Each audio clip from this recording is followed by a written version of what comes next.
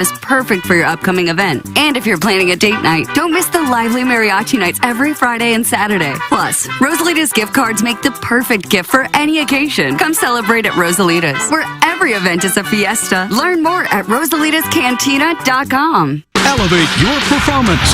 Pure Performance is your one-stop shop for all aftermarket modifications, known for their top quality work and outstanding customer service. It's officially Jeep and Bronco season. Pure Performance carries any accessory for your vehicle, old models to brand new. From sunshades, soft tops, trail doors, to off-road gear like bumpers and light bars, Pure Performance has you covered. Stop by the Pure Performance showroom at 3725 Harry S. Truman Boulevard in St. Charles or visit pureperformance.com. That's PURperformance.com. Listeners ought to check out Collier & Thompson, support the sponsors, and have the best contractors in St. Louis work on your kitchen remodel, if that's what you want, or bathroom remodel, basement, wine room, whatever.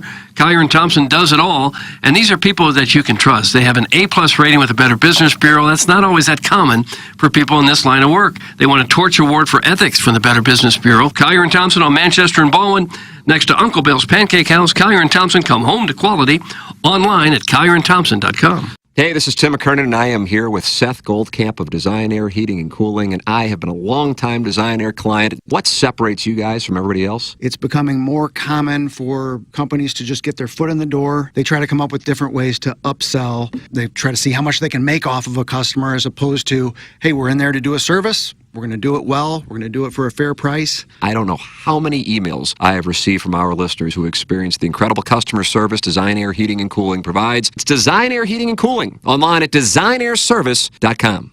This is wide receiver Luther Burton III. Come support NIL and get a quote from my friend James Carlton. Thanks, Luther. That's right. For every quote you mention, Luther Burton III will make a donation to NIL on your behalf. Getting a quote is easy. Just go online at carltoninsurance.net. Call or text 314-961-4800. If you have drivers under the age of 25, if you're seeing rising rates, give us a call or text us 314-961-4800 or go online at carltoninsurance.net. Let's keep the momentum going. Ready to step your game up to the next level? 5P Academy is the place for any high-level 8 to 18-year-old football player. Based in O'Fallon, Missouri, we have national travel, 7-on-7, and flag football teams with professional coaches. Pre-registration for our 2025 season tryouts in November is open now. Come be a part of the championship-winning 5P family. For more details, email info@5pacademy.com or call Dustin at 314-440-8457. Hey you, it's Dr. Pryor. If your mouth's been getting more action from late night pizza than it has from a toothbrush, it's time to come see me. At 100 West Dental, we know how to clean up your act and your smile. Whether it's overdue cleanings, a chipped tooth from a wild weekend, or just getting that fresh, I'm definitely not hungover grin, we got you covered. Look, we know you're not shy, so why shy away from getting your teeth right? Book your free consultation at 100westdental.com and let's give you something to smile about. Because hey, you deserve to be as smooth as Tim's golf swing. Biggie's Restaurant and Bar has been a staple of the community for over 30 years and is serving your favorites like the steak sandwich, waffle fries, and so much more. It's not just the food that's rocking. With a full bar and patio, Biggie's is the perfect spot for lunch, dinner, and a little laughter. Biggie's original hours are back. Open 11 a.m. till midnight, Wednesday, Thursday, and Sunday. And 11 a.m. till 1 a.m. on Friday and Saturday. Check out the full menu at biggiesrestaurant.com and stop in today. Put your phone on D&D. That means do not disturb when you're driving. And when you're going from point A to B, I need you to stay safe, please, so always sing with me. So put your phone on D&D. That means do not disturb when you're driving. And when you're going from point A to B, I need you to stay safe, please, so always remember this beat. Don't drive distracted. A message brought to you by the National Highway Traffic Safety Administration, Project Yellow Light, and the Ad Council. The Tim McKernan Show podcast, featuring long-form interviews with people from the world of sports, politics, and entertainment. And our guest today, Bill McClellan. Thanks so much for coming in. Hey, my pleasure, Tim. What's up, Caden? Hi, how are you? Joe Buck, our guest today. Man, it's like I haven't seen you in years. More than 500 episodes and counting, and it's available wherever you get your podcasts, including the TMA STL app. Get the app now at tmastl.com. You're hearing TMA all day on KPNT HD2, Collinsville, St. Louis. Featuring the morning after, live from 7 a.m. to 10 a.m. Then a full show replay from 10 a.m. to 1 p.m. Followed by the best of TMA from 1 p.m. to 7 p.m. And another same-day replay starting at 10 p.m. KPNT FM HD2, Collinsville, St. Louis. This is TMA all day. Rise and shine, St. Louis. It's the Brown and Crouppen Morning After on KPNT FM HD2, Collinsville, St. Louis. At the Morning After STL on YouTube and on TMASTL.com with Tim McKernan, Doug Vaughn, Iggy Strode, and Action Jackson. 7:07 in St. Louis. You're listening to TMA. It's presented to you by Brown and Crouppen. Welcome to the Munganess St. Louis Acura, Munganess Burkhardt Alton Toyota, 7 o'clock hour. Get involved on the program. Collier and Thompson phone line, 636-9004 TMA. Text in to the Schaefer Door Company. Text inbox 314-881 TMA5. Email in for our design, air, heating, and cooling. Email the day, the morning after at InsideSTL.com. And be a friend of the feather. I think this is your time. And somebody's going to have to chase down that Kevin Miller. Don't we have 5 more design, air, heating, and cooling emails a day? I haven't counted. I don't know. Let's see. Today, 1. Tomorrow, 2. Thursday, 3. Friday, 4. Yeah, Monday, 5. I mean, Kevin Miller now has a magic number of 2 to win the month of September. This is fun, and really a tribute to, I know, a good friend of his, Butchie. It's probably the most fun we've ever had on the show, is to see him blossom and develop into this email juggernaut. I agree with that. He's basically been writing the same email every day, but for some reason he's winning now. No explanation for that. We are excited to see a guy really come into his own. Okay, they're not happy with us. What Surprised now? by that. YouTube down? Oh, this was sent yesterday at 11:10. Right. Jackson, did you stay in? Did you come back in after Balloon Party and just pick it up? That's right. Yeah, I fired up the board and I just started giving takes. The spread is already out, bozos. A&M's minus 4.5. Look-ahead lines for bigger games have been out since July, but I assumed you big football guys knew that. Now back to the line play. Stop picking on us. It's from Breezeway. Okay. I think these people, they listen to the podcast and then realize that they're gone already. So he thought we were live, and they forget that they're listening to a tape. Probably so, yeah.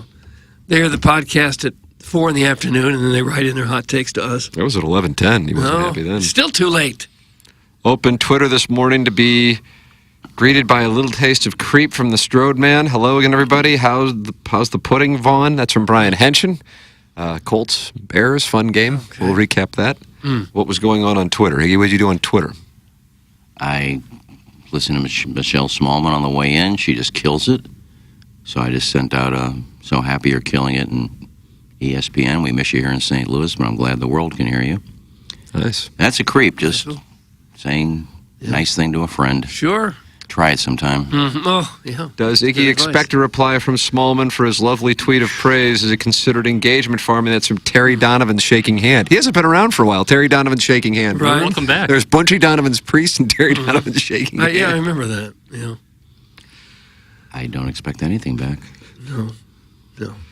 Jackson's been awfully silent about LeBron ever since the Diddy news came out. That's from Mr. Licks. He's a good friend of Diddy's, apparently. Oh, is that what they're pushing? No, when you say, is that what they're pushing? You didn't say, is that the case? You said, is that what they're pushing? And I think there's a difference. Don't you, Doug? I do, definitely, yeah. You're backtracking now. I'm fine. I don't like my silence is deafening. That's how it looks as a Somebody, can't remember if Mr. Lick said Brian Hengen's silence is deafening about a columnist in Indianapolis. Yeah, the guy who made the heart side at Caitlin Clark. Brian Hengen's silence. I just don't. I find it weird that unless you went to one of his freak-offs and you're a part of that, but if you just hung out with Diddy back in the day, you knew nothing about what he did, and they're trying to lump all these people in with him. Well, you're assuming he knew nothing about what I'm saying if they didn't know anything about what was going on. Yeah, well, at least you have to make their case individually.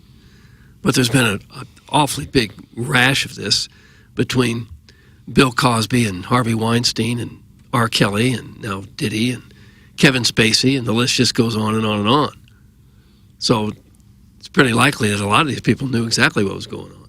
Guys, Breezeway has to be that fellow who runs the balloon party fan page, Glug Glug. That's from Doug's Prison Wallet, who I believe is our social media correspondent. He monitors all TMA fan pages and secret fan pages. And apparently balloon party fan pages. Stop giving us the business! We can tweet if we want. We can post if we want. Yeah. And that's exactly what we'll do. Damn right.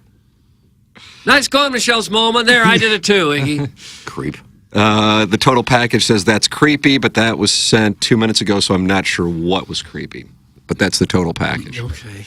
If Breezeway was such a genius, he would know the look-ahead line from the summer isn't going to be what the actual line will be. That's from Strap-On 18, and now he's taking on Breezeway, and we've got a new rivalry. It's Strap-On 18 versus Breezeway. Breezeway is citing some line that happened before the season even started? Nah, I'm thinking that it won't change? I'm looking now. It's currently A&M favored by 4 points. Yeah, that would make sense to me. I'd be all over the Tigers. Yeah, I gotta be honest. I thought Mizzou was still going to be favored. But see, I just want them to win, so I don't want to get in a spot where I'm putting, Doug, a substantial amount of money for me, not for the Dew people. Well, and then all of a sudden they lose by, 7, and now I've lost sweet cash. Yeah. You thought hundreds of thousands of dollars. I'd probably put 100,000 on this one. If you're setting the odds, though, you're not going to pick Missouri to beat very many teams. I mean, if you can barely scrape past They'll be a favorite against UMass. They'd be a favorite against Auburn. Be a favorite against Oklahoma. They'd be a favorite against South Carolina. They'd be a favorite against Mississippi State. And they'd be a favorite against Arkansas. Yeah. So the only game that I would say they wouldn't be a favorite outside of A&M would be Roll Tide, which could be a problem if this team goes 10-2, because that schedule at the moment is looking worse for the wear. Mm-hmm. And you want to think that Vandy can maybe beat some teams and change people's perception. Is that what you want to think? You want to think that. But I was going to say that their schedule is brutal. Brutal billiards, Doug. Their schedule is... They got Roll Tide coming to Nashville. They got the Longhorns coming to Nashville. I think they also have one other big boys coming to them. Well, they play Tennessee. They always play Tennessee. Yeah, Tennessee. Maybe some of those teams will go to Nashville and get caught up in a Shabuzi concert and not be much good to them the next day. That's what's going to get them. If Tennessee could somehow fall to Vandy, that would really improve Missouri's stock. Yeah, that won't happen. That guy was talking It will not. From 11:10 when he texted. He was Breezeway saying that the line has been out since the beginning of the year. Mm-hmm. So if Texas A&M would have lost to Bowling Green and Missouri would have beat Vanderbilt 68-0, you think the spread would still be 3.5? Breezeway, the action's back on you. Mm-hmm. I remember looking at the lines for the big games, and the only Mizzou game that they had was the Oklahoma game, and that Mizzou was favoring that before the season started. I did not see a Texas A&M Mizzou spread before the season, but maybe I wasn't looking hard enough. But it seems completely worthless to have a spread before the season. Yeah, you could actually put a bet down at that time, I guess. I mean, it's like it could go one way where it could benefit the bookmakers, and it could go another way where it totally benefits the bettor. Like if you're betting on a team who you're high on, who Vegas isn't yet, you can maybe get like early action in on it. Yeah. Doug, is it like buying options? I guess. You can get ahead of the market. Yeah. So let me get this straight. This guy rips people for making social media posts about their spouse's birthdays, but tweets this kind of simp crap at Michelle Smallman. Oh. That's from the Wentzville Ween Peaker, who sent in a picture of Jiminy Glick, too. Well, I've kind of gone back on that comment because there are people that just want other friends to know it's his wife's birthday that maybe didn't know, so they can wish What her. about an engagement celebration or an anniversary celebration, I should ask, not an engagement? I mean, the same thing. If you want other people to tweet something at your wife. Anniversary, no, because... Is that encouraging cuck play? I think it is. Anniversary, no, because nobody cares when you got married. But my point always was that why are you wishing her happy birthday? Just lean over and kiss her. Yeah. Just laying right next to her. Mm-hmm. But I've kind of gone off. Doug's work husband. I don't have one. But that's not the same as I can't lean over and tell Michelle, hey, great job, kiddo. I don't see her. I'm not here. She's in New York.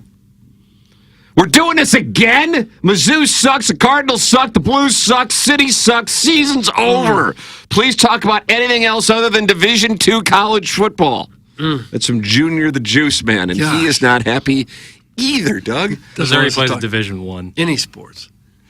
What is good to talk about? Nothing. Ah, We're supposed to sit here in silence. We're awfully good about talking about astronomy and things like that, scientific things. Sweet, sweet Kai. I'm asking Sugar Mama for an advance on my monthly allowance so I can hammer Tiger's money line next week. Wow, Sweet, sweet Kai's releasing a play. Woo. Why not? Only go Not up. his money anyway. Right, exactly. Yeah. But it'll be his if he makes the money. And Sweet, sweet Kai is the guy up in Cape Cod, raking bunkers. Vineyard. Cape Cod. Yeah. Cape Cod. Saw him. Bunker raker. Why would anyone ever say anything on social media at all? Just delete them. Life's better. Doug, that's from Dingle My Berries giving us perspective this morning. Why don't you just delete the people that have a problem with it? Well, Go it's, about your it's tough business. to do that because if you don't have a private account, then any ne'er-do-well can create their burner and then... Block him! And so it's a block. But then they can get to you first. Well, you deal with the burners later. But if it's Henshin that's always bugging you, just block him. Block him. When you consider you texting into the show, social media. Dingle My Berries, the action's on you. Colin I don't Collier and think Thompson phone line 636-9004-TMA. We're in the Munganess St. Louis Acura. Munganess Burkhardt, Alton Toyota, 7 o'clock hour. Online at stlouisacura.com and altontoyota.com. And we'll work with great Jamie Burkhardt and Peter Munganess. If you're looking for a new car or a pre-owned vehicle, get your car serviced with Ryan Seiberg in the service department. Just go online at stlouisacura.com and altontoyota.com. And you can call or text them. Secret number for the listeners, 314-252-0029. It's Munganess St. Louis Acura, Munganess Burkhardt, Alton Toyota, 7 o'clock hour. Sponsor on TMA. And the official automotive provider of the Tim McKernan Show podcast. You're always welcome to send in questions, comments, erotic stories, and I don't think we've had one since June. Yeah, it's been a while. It's causing me to be despondent. But T. McKernan at InsideSTL.com. Hubbard Marty likes that Jackson and I sit in this closet and read erotica together. Yeah. Because he'll listen to the It's awfully podcast, cute, yeah. and then he gets concerned when he hears me reading erotica to a coworker. And then he finds himself having to bail. So make Hubbard Marty uncomfortable by emailing in erotica. Or maybe our listeners just aren't having sex. That could be the case. I do think it's an interesting concept that if you and I were just to talk about this, like you were to read this erotica to me with no mics on or anything, it would actually be pretty weird. Oh, you think? But as soon as I flip But why? flip these mics on, Now it's good. It stops becoming weird. Like Right. it's such an interesting Now it's concept. show business. Yeah, now it's entertainment. Now it's high profile. Yeah, it's odd, isn't it? Here's a topic everyone can get behind, Tim's greatness. Let's talk about those calves, or that sexy voice, and that wonderfully concave skull. Yummy, yummy. Doug, that's John Lithgow's Harry Henderson. What the hell did I do, Vaughn? Your silence is deafening. That's Brian Henshin. You took a shot at Iggy for making a post. And I'm saying if you go through your post and people are taking shots at you, just block the people that took shots at you. Facebook friends are stupid. Chuckles. Well, he interviews, and I think he does a great job when he interviews these high school people. And you interview a 15-year-old volleyball player. Is that creepy? She's so good. She had 15 kills. She's only 14 years old. She's playing in a... Is that creepy that you're talking to a 15-year-old? No, it's your job. Yeah. She does a job. I just congratulate her on doing a good job. Mm-hmm. Yeah. And we miss her in St. Louis. Yeah, we do. And she has a friend. And here at I think Hubbard. That's creepy. Yeah, she was in a couple months ago. Mm-hmm. Well, she was here for years, right? Yeah. Okay. Good morning. I suspect the TMA audience has an inordinately large percentage of incels. That's from the Ghost Chirple. Doug, do you think our audience has a higher percentage of incels than the average? No, I don't think Yes, so. but so what? I think because we trend like younger radio-wise, like I think just like mid-30s is not incel territory. Is that right? What is incel territory? Mid-20s. Really? Oh, yeah. What's going on there? That's the time that I would think you're having the most, at least partners. Yeah, but I think for as many people who are like really getting after it, there's a lot of people who just aren't getting outside. And why is that? It's easy. You've piqued my curiosity. Well, I think work from home is part of that. I think like if you're around my age, you went to either school during the pandemic where you were inside a lot.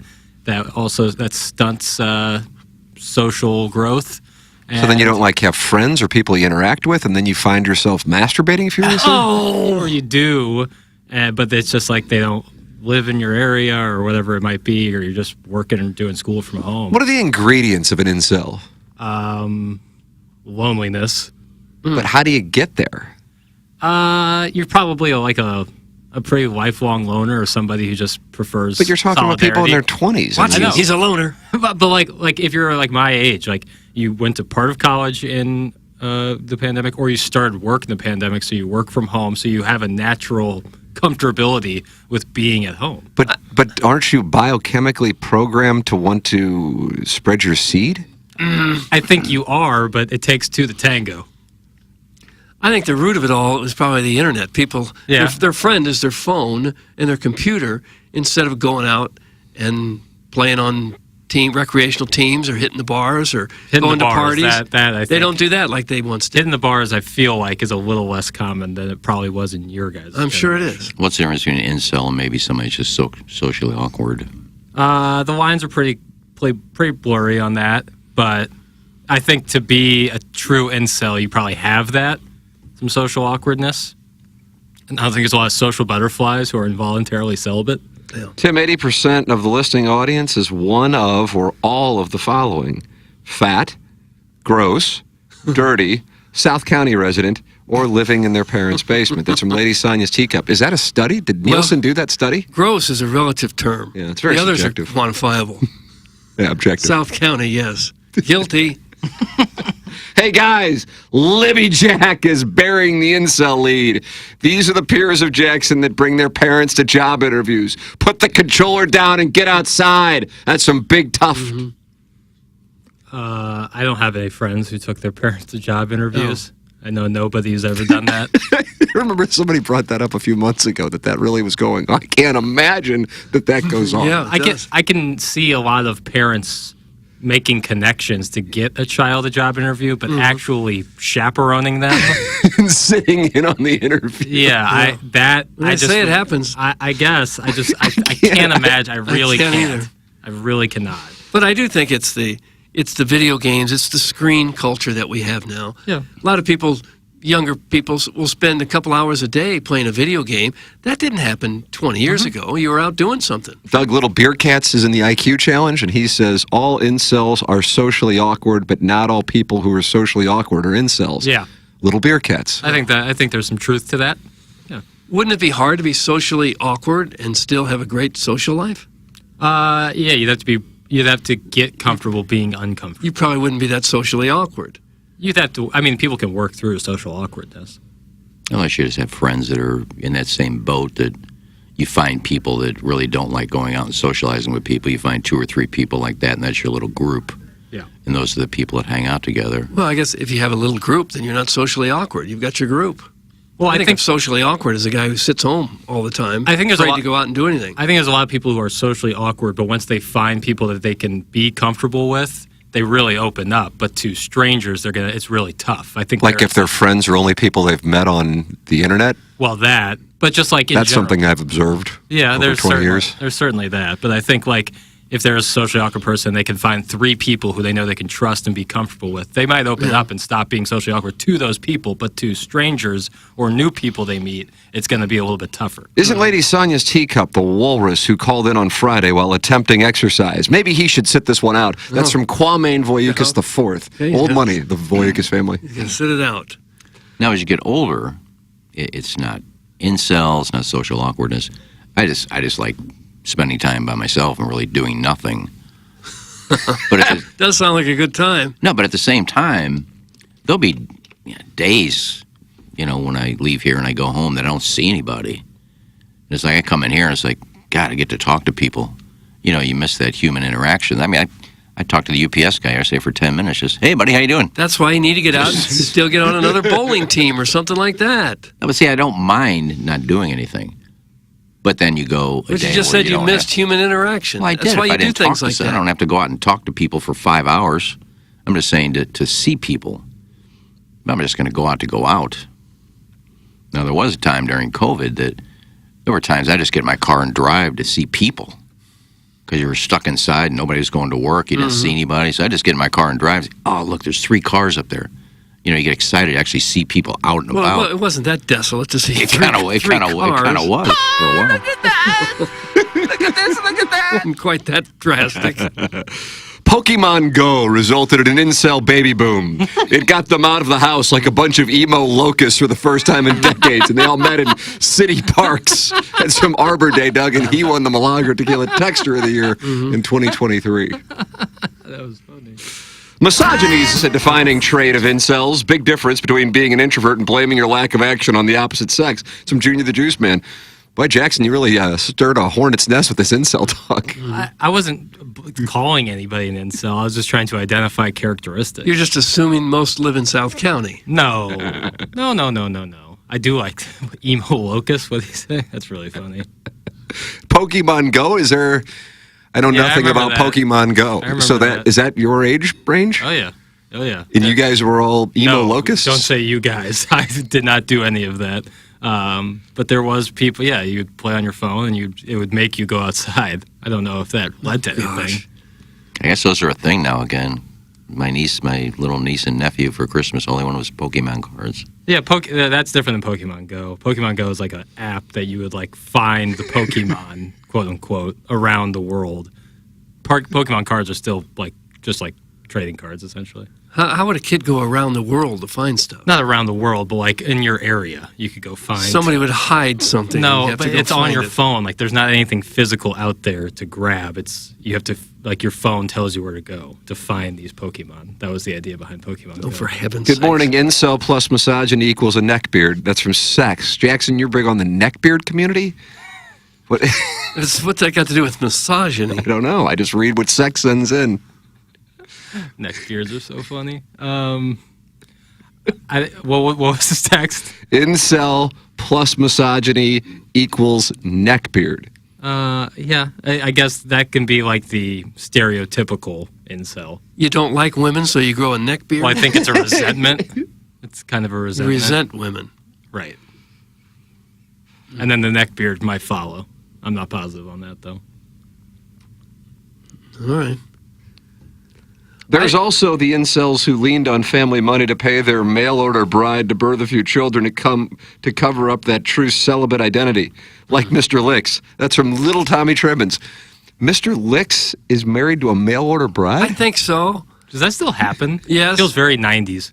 I think it's still, I'm sure it's happened more than ever with the internet. Yeah. If you had to marry someone from another country, what country would you want this person to come from?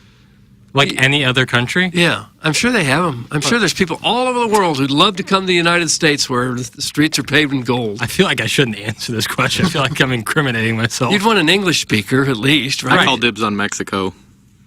Yeah, because you could speak to someone in Spanish.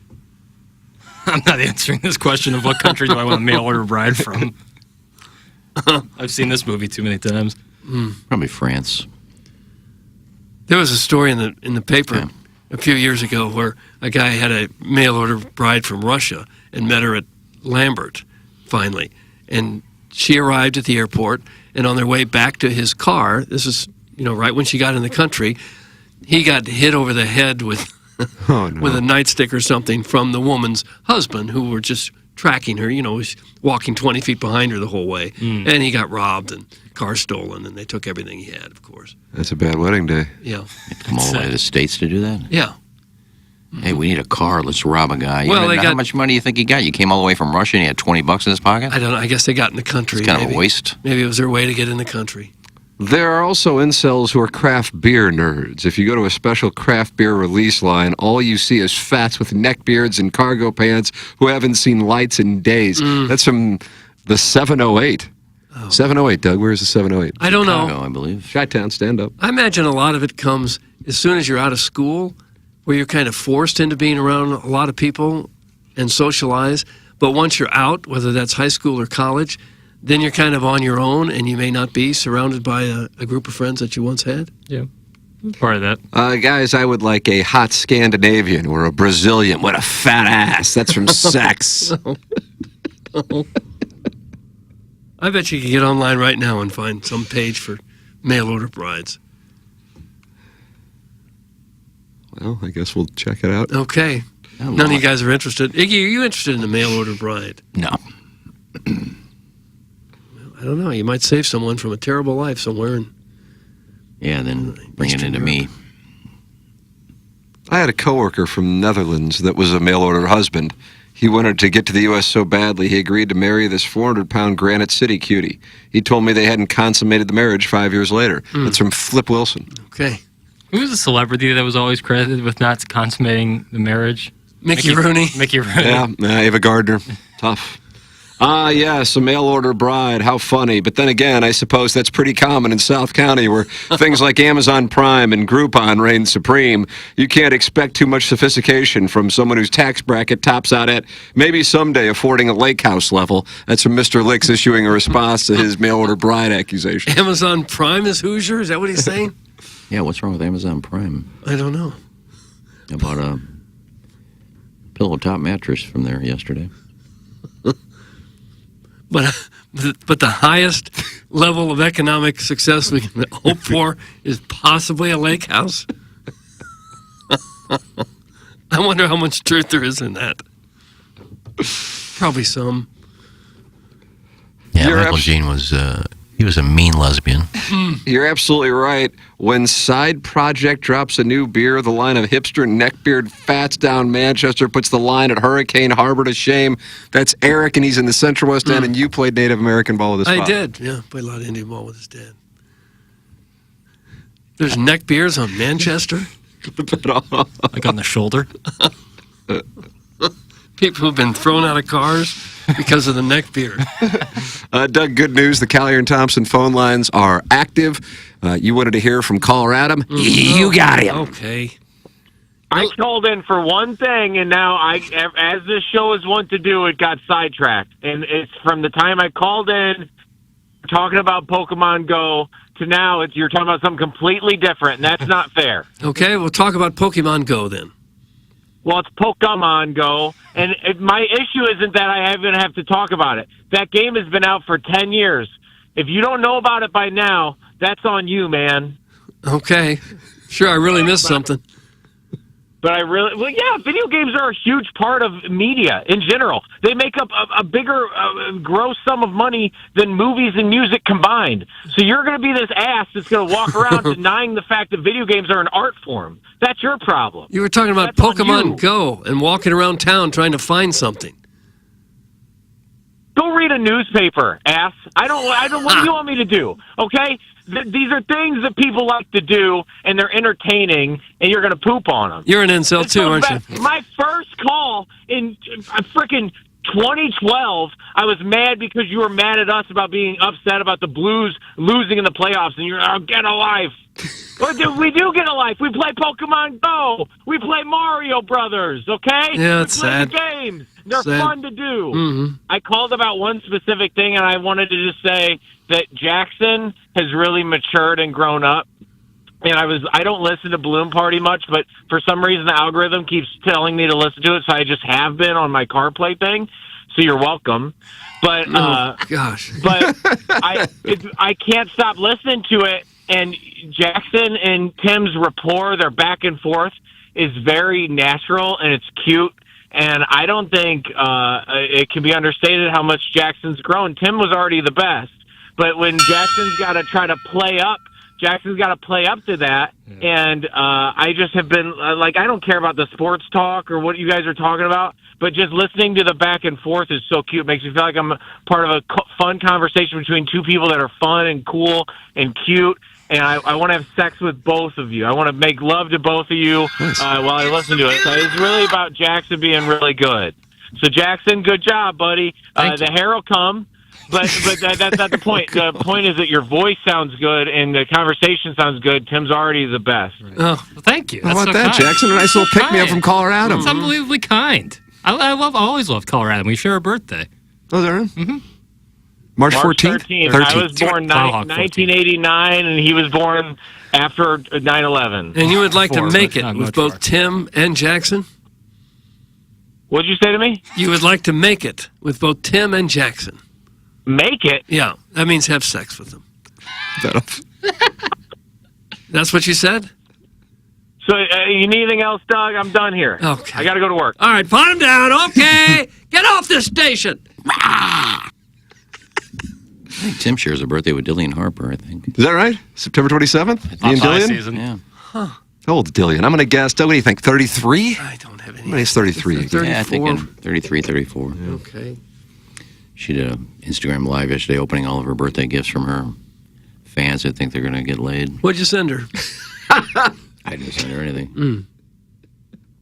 Jackson, what a nice pick-me-up there from Colorado. I thought it was so nice. Considered by many to be the best caller in the history of this show. He's right up there for me. I love Colorado. That's such a kind thing to say. I appreciate it. No, he said the hair will come. Are you having good The luck hair's with the hair? good. I'll be all right. Yeah. We're fighting. Do We're you fighting feel a like good you're fight. holding serve since the Jamaica trip? The Jamaica trip was eye-opening for you. It's like a fourth down at Faroe Field. I'm putting my fist up. Time out. Yeah.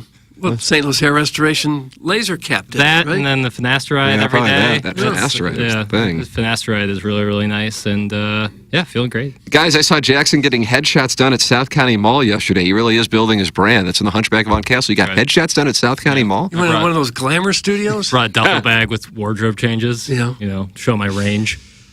Someone make Adam a bleach colada to carry around and drink while he plays Pokemon. What an incel. That's from the Anal Farmer. Yeah. I don't remember putting that name in there. He does kind of reek of incelitis. The Anal Farmer.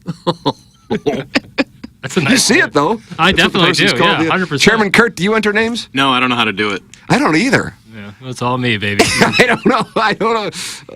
Because somebody said, hey, can you change my name? And I go, I would. Don't know how to. It's like Jackson, when he gets up and leaves you have to piss. I'm like, well, the three of us in here have no clue how to run the board, so we'll just do our best. Just hit something. That is sometimes on Balloon Party, I'll have to use the bathroom in the break, and I'm always nervous. If I go too long, like Tim's just going to be sitting there, he'll hear the return come back, and then I'll just keep rolling. Can Let's you keep leave scrolling everything through Ella on? Reese's Instagram. What's that? Can you just tell everybody, don't say anything, all the mics are on? And No, yeah. But I'm talking about like in a break. Like I'll leave Balloon Party, like the 101 studio, and the breaks are like 3 minutes. Yeah. So if I'm not back lickety split, real problems. You're peeing longer than 3 minutes? No, never. I've never missed a break. I've never missed a comeback. But I've gotten close. I've gotten close. He's gotten and then you got a little NBA talk on the docket. Should If you that time happen. it, if you go more than a minute, that's a long, Yeah. long Right. Yeah.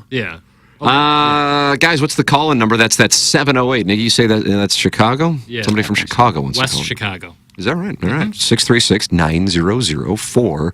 TMA, Doug's take on urine length is a hot take. And when Doug's wearing hot take mittens, that's supported by the EDF Group. Do you want to support the EDF Group as a sponsor of TMA? Well, it's real simple. Do you have a fire extinguisher where you work? The answer is yes, you certainly do. So please email the EDF Group at fire@theedfgroup.com so a technician can come out and explain to your team how the EDF Group can save your company money. Again, that email address is fire@theedfgroup.com. The EDF Group is hot and will prevent your facility from having hot fires. Experience the EDF Group difference and learn more at theedfgroup.com. Design Air is the sponsor of the email of the day, the morning after at InsideSTL.com. And Doug, clearly fall time is here. We've got colder temperatures. We've got rain. We've got clouds. What in the hell is going on out here? I don't know. But it would figure that it doesn't rain for a month and a half, and now it's going to rain every day. We're going to have monsoon season. Yeah, here it is. Well, either way, if you run into any issues with your HVAC, you go to designairservice.com and work with the official HVAC provider of TMA and the Tim McKernan Show podcast. And that's Seth Goldcamp's company, Design Air Heating and Cooling, longtime sponsor of the show. Doug's a client. Iggy's a client. I'm a client. If you run into any issues, you'll become a client as well because they will be out there very quickly to fix your system. No upselling. Seth is fourth generation, and he prides himself on carrying on the legacy of just taking care of customers, letting them know what the problem is, and fixing it. And that is how they build their client base, not messing around with people and BSing them. It's Design Air Heating and Cooling online at designairservice.com. Design Air, official HVAC provider of TMA and the Tim McKernan Show podcast, sponsor of our email of the day. Send yours in. See if you can beat Kevin Miller in this butchy chapter that he's writing this month. It's really been intriguing. The morning after at InsideSTL.com. Callier and Thompson sponsor the phone line, 636-9004 TMA. And you can text into the Schaefer Door Company text inbox, 314-881-TMA5. Doug, these phone lines are hot, and right now we have the Ballwin beer bitch. Oh, gosh. On the Callier and Thompson phone lines. Hello, Ballwin. I'm actually in Manchester, but Ballwin Beer Bitch has a better ring to it. Yeah, alliteration. Can never go wrong. Yeah. So I'm really nervous. I'm a first-time caller, and when my husband PLTDs later, he's going to be shocked. Oh. What's going on? How did you find this program? Through your husband? Yeah, so we both worked from home during COVID, and he would listen out loud, and I was like, what is that stupid stuff you were listening to? Whoa. And then, That's not I know, sorry, I love it now. And then we drive up to Chicago a lot because I'm from there, and so we would listen to it on the way, and so it grew on me, and now I listen every day, almost more diligently than him. So thank you guys. Okay. Well, thank you. So yeah, no problem. So I just wanted to call in about a couple drops. So first of all, that rah rah rah. What is the background of that? Because that's hilarious. That which one? Rah rah rah rah. I think it's like Biggie making noise. Oh, the tiger right there? That's what it is. Okay. And then secondly, so the I had sex and my dad is dead. Yeah. I think you guys were trying to figure that out one time. It's actually from Secret Life of the American Teenager. It was this really horribly acting after school specials called Secret Life of the American Teenager. And I hope I'm not giving any spoiler alerts, but the one character, Grace, she was a virgin, and then her boyfriend convinced her to have sex. And then the next day, her dad died in a car accident. I had sex, and now dad is dead. Right there. Yeah. Right But I believe the follow-up line, Ballwin Beer Bitch, and Jackson, I don't know if it's available, it is not just I had sex and now dad is dead, which I think we discovered around 2015. So, Doug, we've been enjoying it for a decade. Doesn't that make you feel good about times. Good times. about career decisions? But I had sex and now dad is dead. But then she says, and my dad is dead because I had great sex. So not only is she feeling guilty that she actually gave up her virginity, but apparently the gentleman really worked her over. Yeah. So he was Jack. He was like the goody two-shoes, like football captain jock. And they had been dating, and he'd been trying to convince her for a while to have sex, but she was like a Catholic, girl and wasn't going to do it. And then he finally convinced her one night. So interesting. You know what position they use? Okay, come on, that's enough. I don't know. I'm assuming missionary. I feel like that's a good kind of go-to, for the first time. And it caused a car wreck the next day? Yeah, he happened to die in a car accident, and so of course she was like, "Well, he died because I had sex. God was punishing me." That's unfortunate. Yeah. Is that true though? Just wanted to spread light. That's up for debate. So, and then the last, I'm trying to make this quick because I'm currently straightening my hair, getting ready for work, and I know the listeners are going to tell me to go bathe with my straightener, so I'm trying to hurry this up here. So. The last drop, so the Speak to Me, the song that Dotem sends in, does anyone know where that came from? Which one? The Speak to Me, Tell Me. Oh, yes, wonderful. That Plowhawk discovered that. Do you know what that was? That was probably like a TLC special. Oh, where the woman was talking about my mom washes my hair, and they were like in the bathtub together? Her mom and her would shower together. Nice.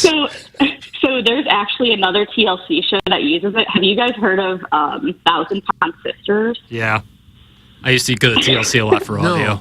1,000 Pound Sisters? Yeah, 1,000 Yeah, Pound not to be Sisters. mean, but if you need an immediate ego boost, just watch a couple episodes of that and you'll feel pretty great about your life. That and My Strange Addiction are those will make you feel better. Yeah. So there's a scene where one of them, once again, sorry, spoiler alert, they're getting married and they're having this really cheap wedding at a park.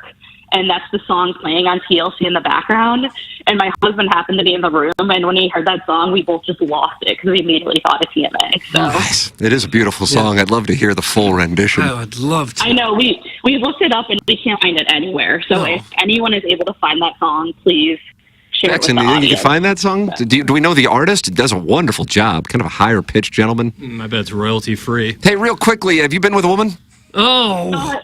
No. Well, when you're drunk in college and your friend kind of jokingly kisses you, but other than that, not really. But then when she kissed you, you think, you know what? Maybe we should start engaging in heavy petting.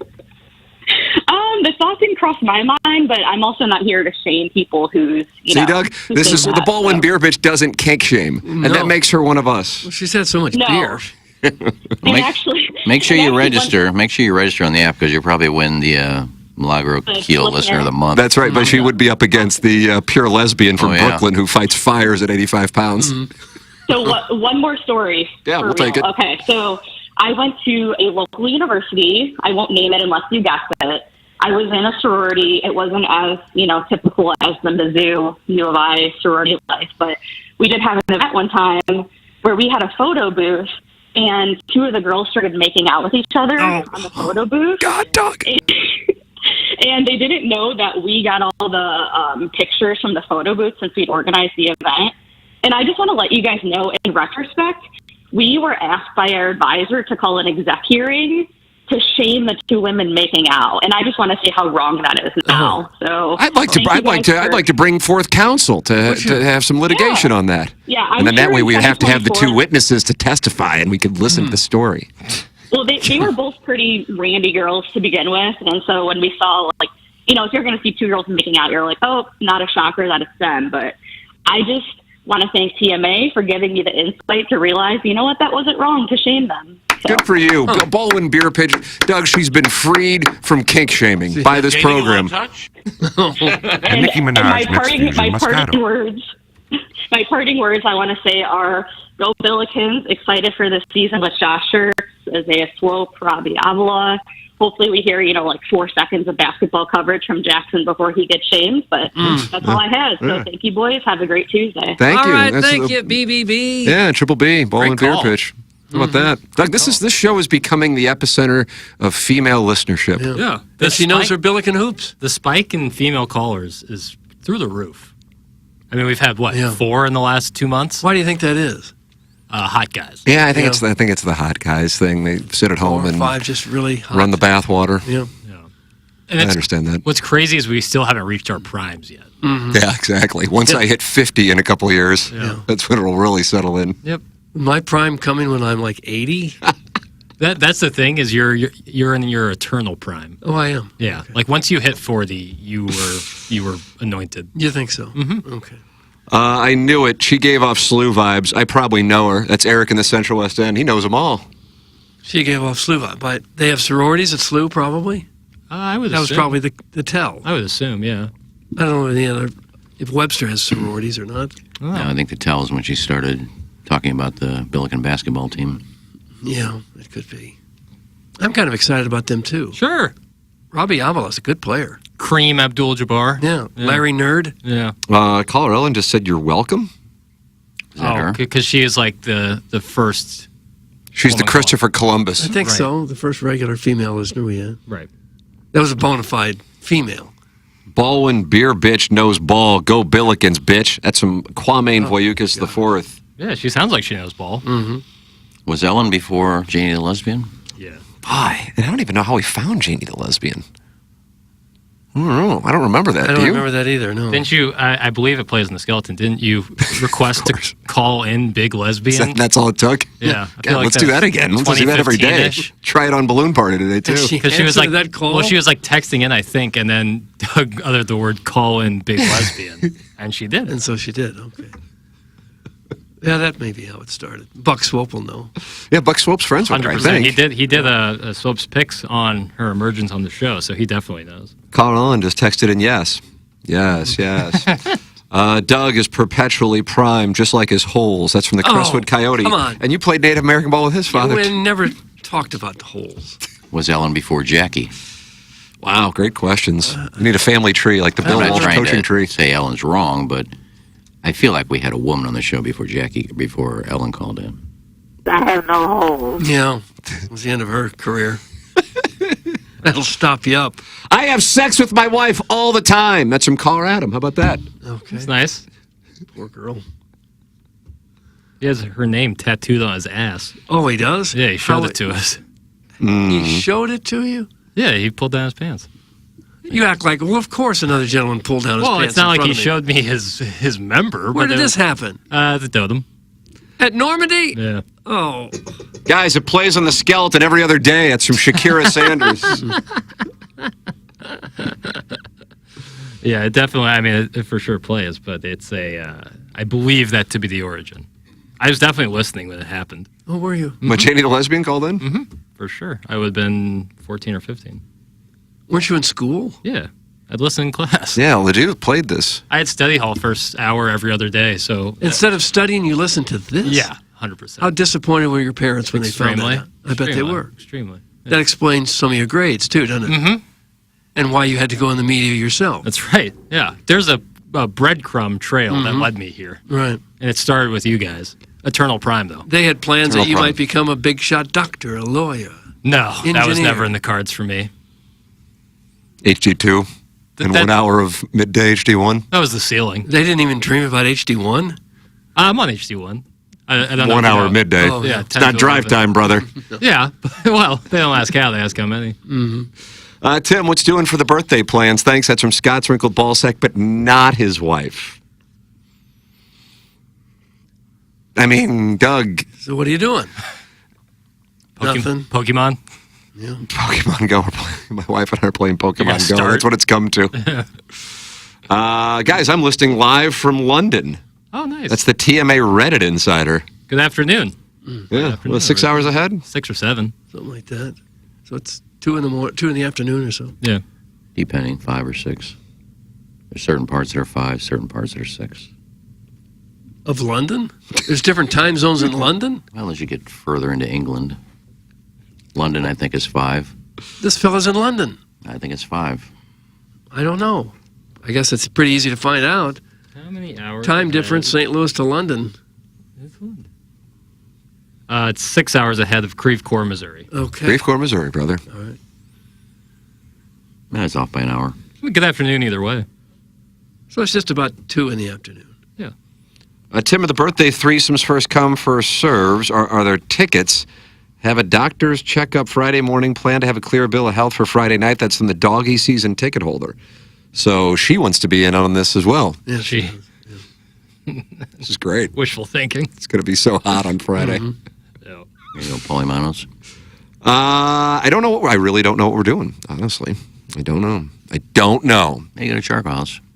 I don't know what we're doing. I don't know. So your plans are pretty much cemented in? I don't know. I had taken Thursday and Friday off this week. I let Tommy Mattern and Mike Ryder know last night we were not going out of town for the trip that we had hoped to do. Doug, you know the program. You've already been there where I am right now with a 2-year-old and a 7-year-old getting out of town. You got to make sure the juice is worth the squeeze.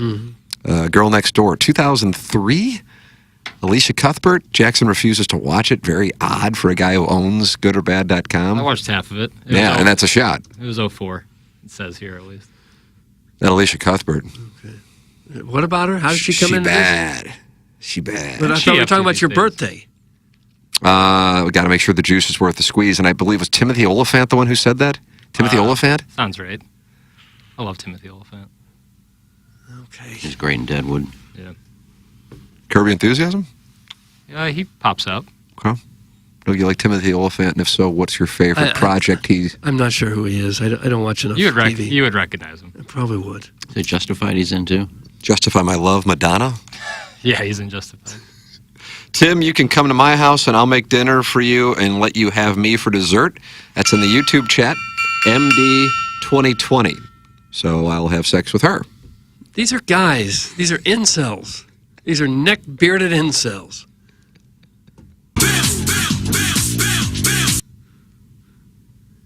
Neck-bearded. It's just because you don't want to put the razor on your neck? You're afraid you're going to cut your neck or It's something? not a good look, I have to be honest. Having no facial hair but neck hair is really It's gross. just terrible. It is. Is it to hide the fat gullet? I guess. I don't understand. I don't even know what a neck beard looks like. I guess I'll type it up in Google Images and see. You'll recognize it. Mm-hmm. You've been places. That's hideous. It's like Jonah Hill. Does he have a neck beard? I mean, I typed in neck beard. He popped up. Hope not. In that picture with a fedora? I just typed in neck beard in Google Images, and I'm just... Is it to hide a turkey neck? But then why wouldn't you grow also First face thing that hair? pops up is a bunch of Reddit posters. Yeah, well, that tracks. Yeah.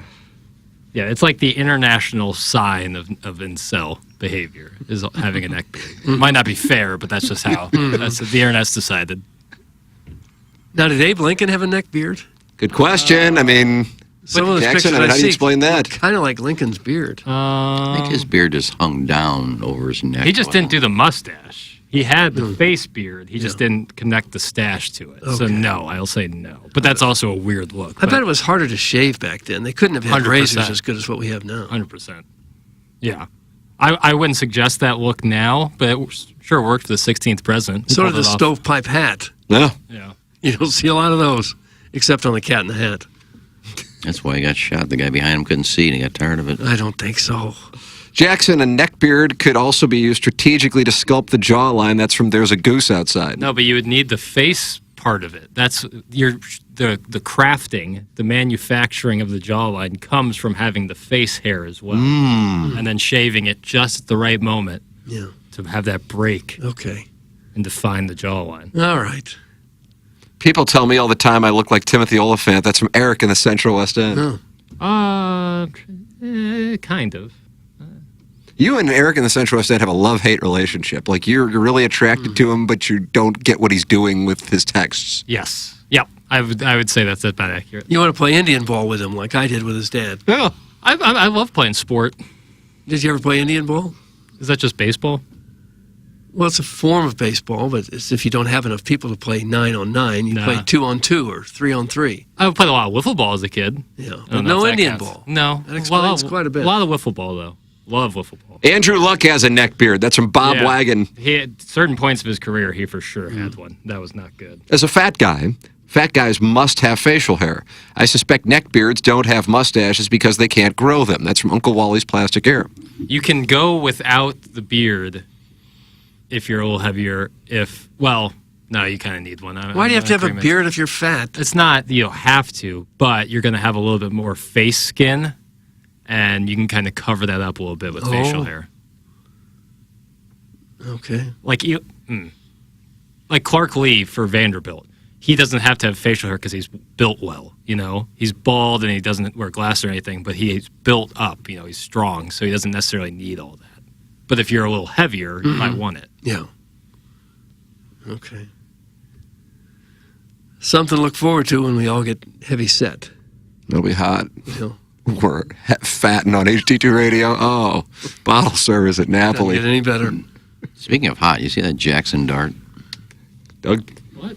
See that Jackson dart? I was watching the Mississippi game. Not only a good quarterback, but he's a good-looking dude. Time to take a break. Yeah, you could tell through the helmet. Well, he had a helmet off. Who was the other quarterback you were infatuated with? Caleb Williams. No, somebody at Notre Dame, was it? Oh, yeah. Who was that last year? Sam Hartman. Sam Hartman, yeah. Yeah, he's just a classically handsome man. Okay. Where is he playing now? Good question. Doug, where is Sam Hartman playing? Commanders. He's backing up Jaden Daniels. Yeah, Jaden Daniels went off last night. He was balling. He was balling at the mall. I had him at a captain. I still didn't cash. Doug, this is time for Iggy's DraftKings roster recap. Right. Okay, how'd you do? Not well. I had him, and nobody else did anything. Well, he did a lot. Yeah, he did, but it wasn't enough. Well, whose fault was that? My fault. You didn't pick a very good club.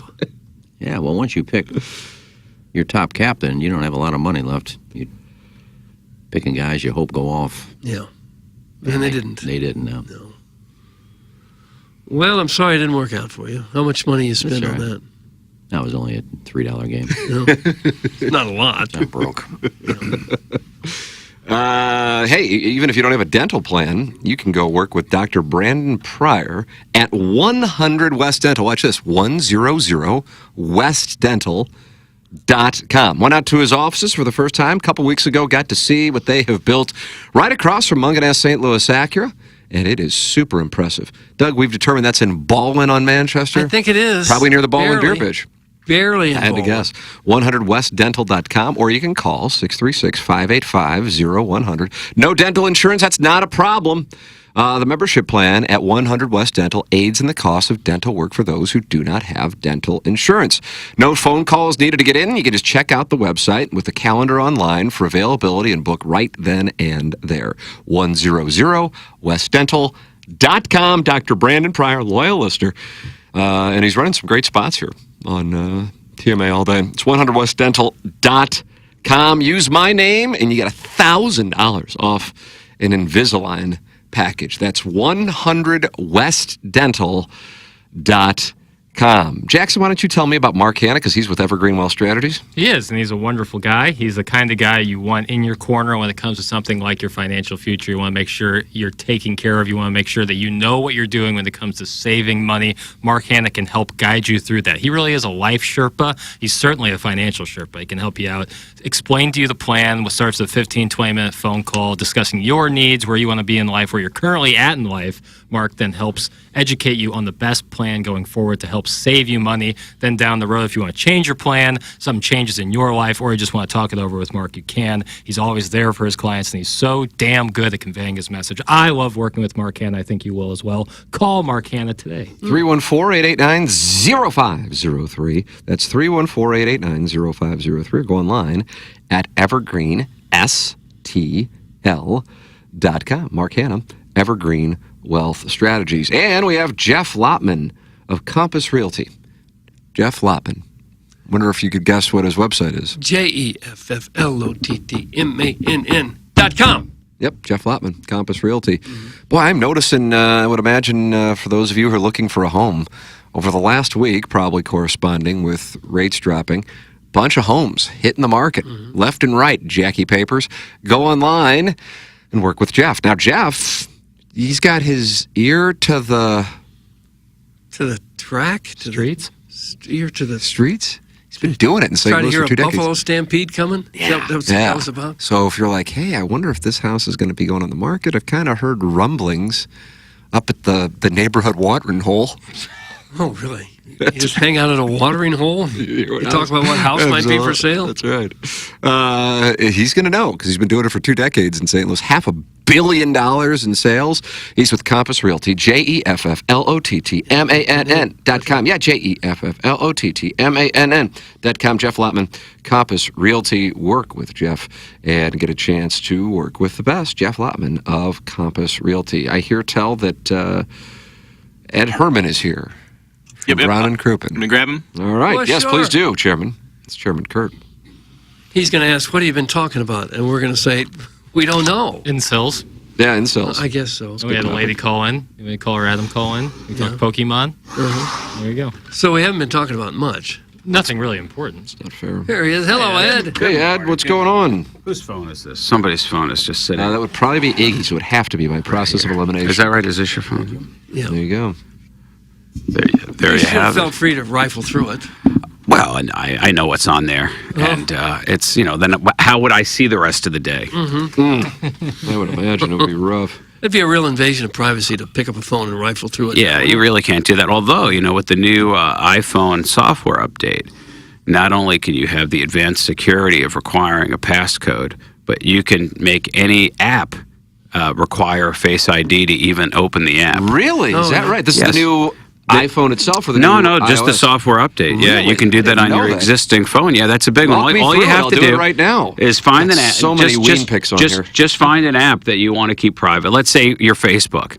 Like you want to stay logged into it, but you don't want somebody rifling through your Facebook. No. If you hold down on the Facebook app, the little options will pop up, and you'll see an option that says require Face ID. Now, see, I don't have that. It Well, says you have not updated your software Really? yet. Okay, really? It's Well, that's if you got to get on iOS 18, man. Get with it. It's the only. Well, I can't say it's the only new feature that I have care about because I have not explored them all. I just was reading through because I'm deciding if I should get the new phone or not. So I wanted to see what's new, and you always got to look. Say is the new thing part of the software? Because you don't need the new phone for that. Or is the new thing part of the hardware, like the new chip that they have, the A18? Yeah. Ultimately, I decided I would order the new one. Speaking of Face ID, it seems like you should have to have it every time you use your credit card. Every time. Yeah, Wouldn't that stop people from stealing credit cards and using them? On Apple Even Pay, online, you'd have to use it in front of your computer or something? Yeah. Look, I think that would be good. I certainly prefer it to double authentication, which I hate. The dual authentic. It's like, hold on, I'm right here on this device. I'm logging in. I got my password, and they're like, yeah, but hold on, I'm going to send you some other thing on some other device that you may or may not have on you. It may or may not be handy. Right. You may not know if they're sending it to your text or to an email address or to a work email address. You're looking around for a code, and I'm like, you know what? To hell with this. I don't even need to do this work. But it seems like every time you use your credit card, not just at the gas station where sometimes you got to put in your zip code. Every time you use it, you ought to have to show your ID. Every time. Yeah, well, I mean, I know it would hold things up at the store sometime, but think of all the fraud and theft that it would prevent. I think it's going to have to go that way. They just have to make it faster. But like at the airport now with the Clear, you don't have to have your ID, although they randomly require it, every time I go for some reason. I think I'm on a list.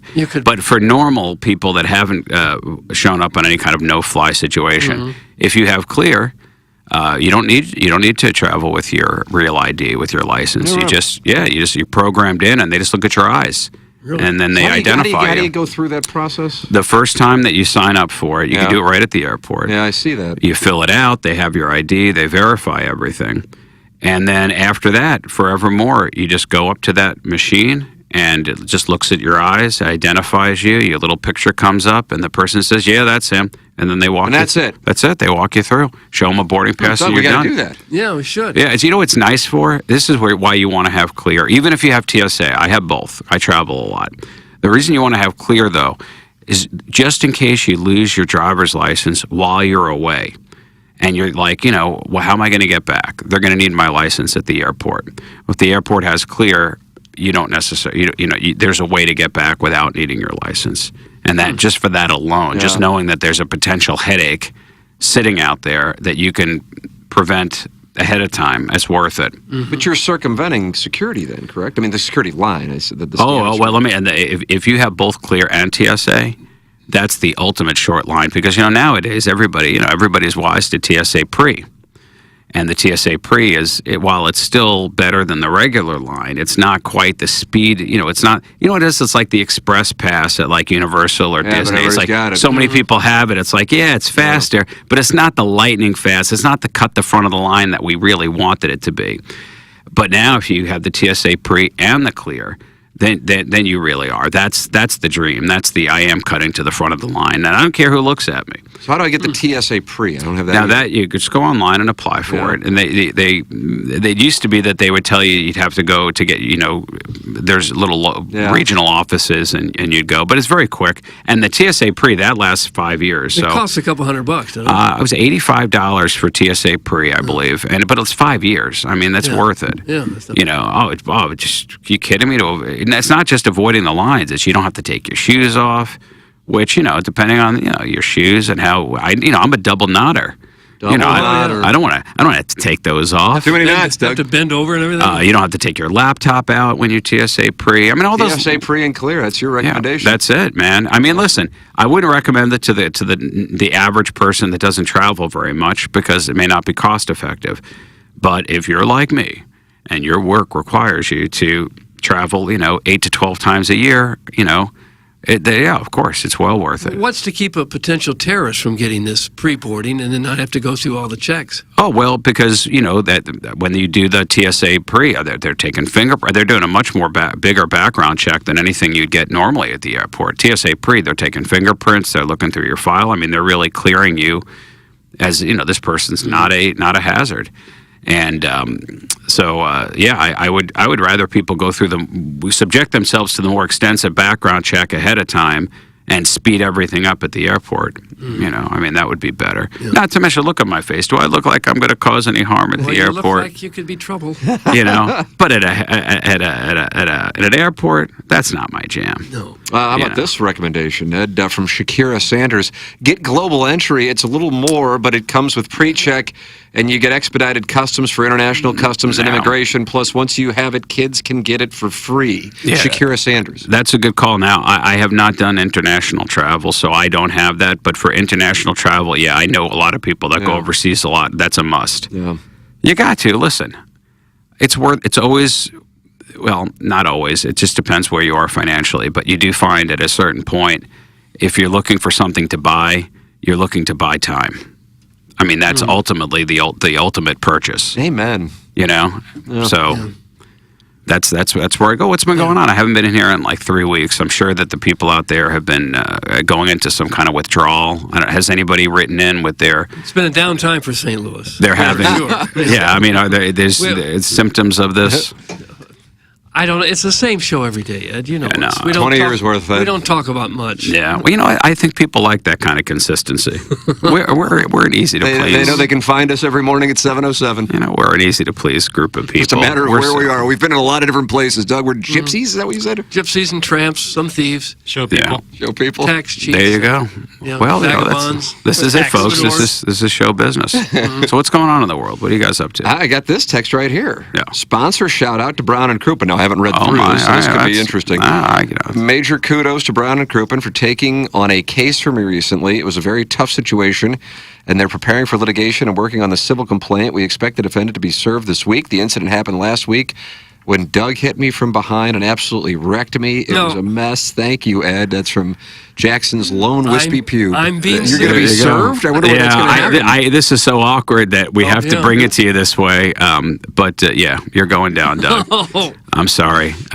We're taking everything you have. And then the text right above it. I mean, Ed, you can verify these things. I'm not just ad-libbing here. No, I didn't. Doug insists on scanning my B-hole to verify it's me. That's from Long Balls. That's what these people are texting in with our title sponsor. You know what's interesting is that why wouldn't he just look at your long balls? Oh, Seems like that. I mean, it seems like that's the way to identify I you. kind of prefer Doug having a database of holes that he can reference to make sure that when he scans it, it's matching up to the corresponding person. And Ed, you walked in and said, "So what's been going on?" I'm telling you. What's been going on. your answer. You're going to drive him right into becoming, what is it, an incel? Is that what? Right. Yeah, incel, hot topic on the program this morning. Now, what is it exactly? Greg was trying to explain it to me in the kitchen because he thought, well, this was what you guys were talking about this morning. It sounded very uninteresting, but I still want to know about it. Cut that off.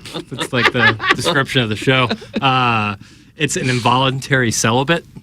So Okay. someone who's celibate but not by choice. Oh, that's... Hello. That's a lot of people. You just described like the first 25 years of my life. Right. So that's kind of... So I was saying that the incel base skews like to closer to the mid-20s than it does the mid-30s or young 40s. Well, because by then everyone realizes, let's not hold out so much. Time is running out. That's interesting. Yeah, because my understanding, and I think I may have said, I don't know which show I said this. So it sounds like more of a QFTA topic. I think it was Balloon Party. Was it Balloon Party where we talked about this?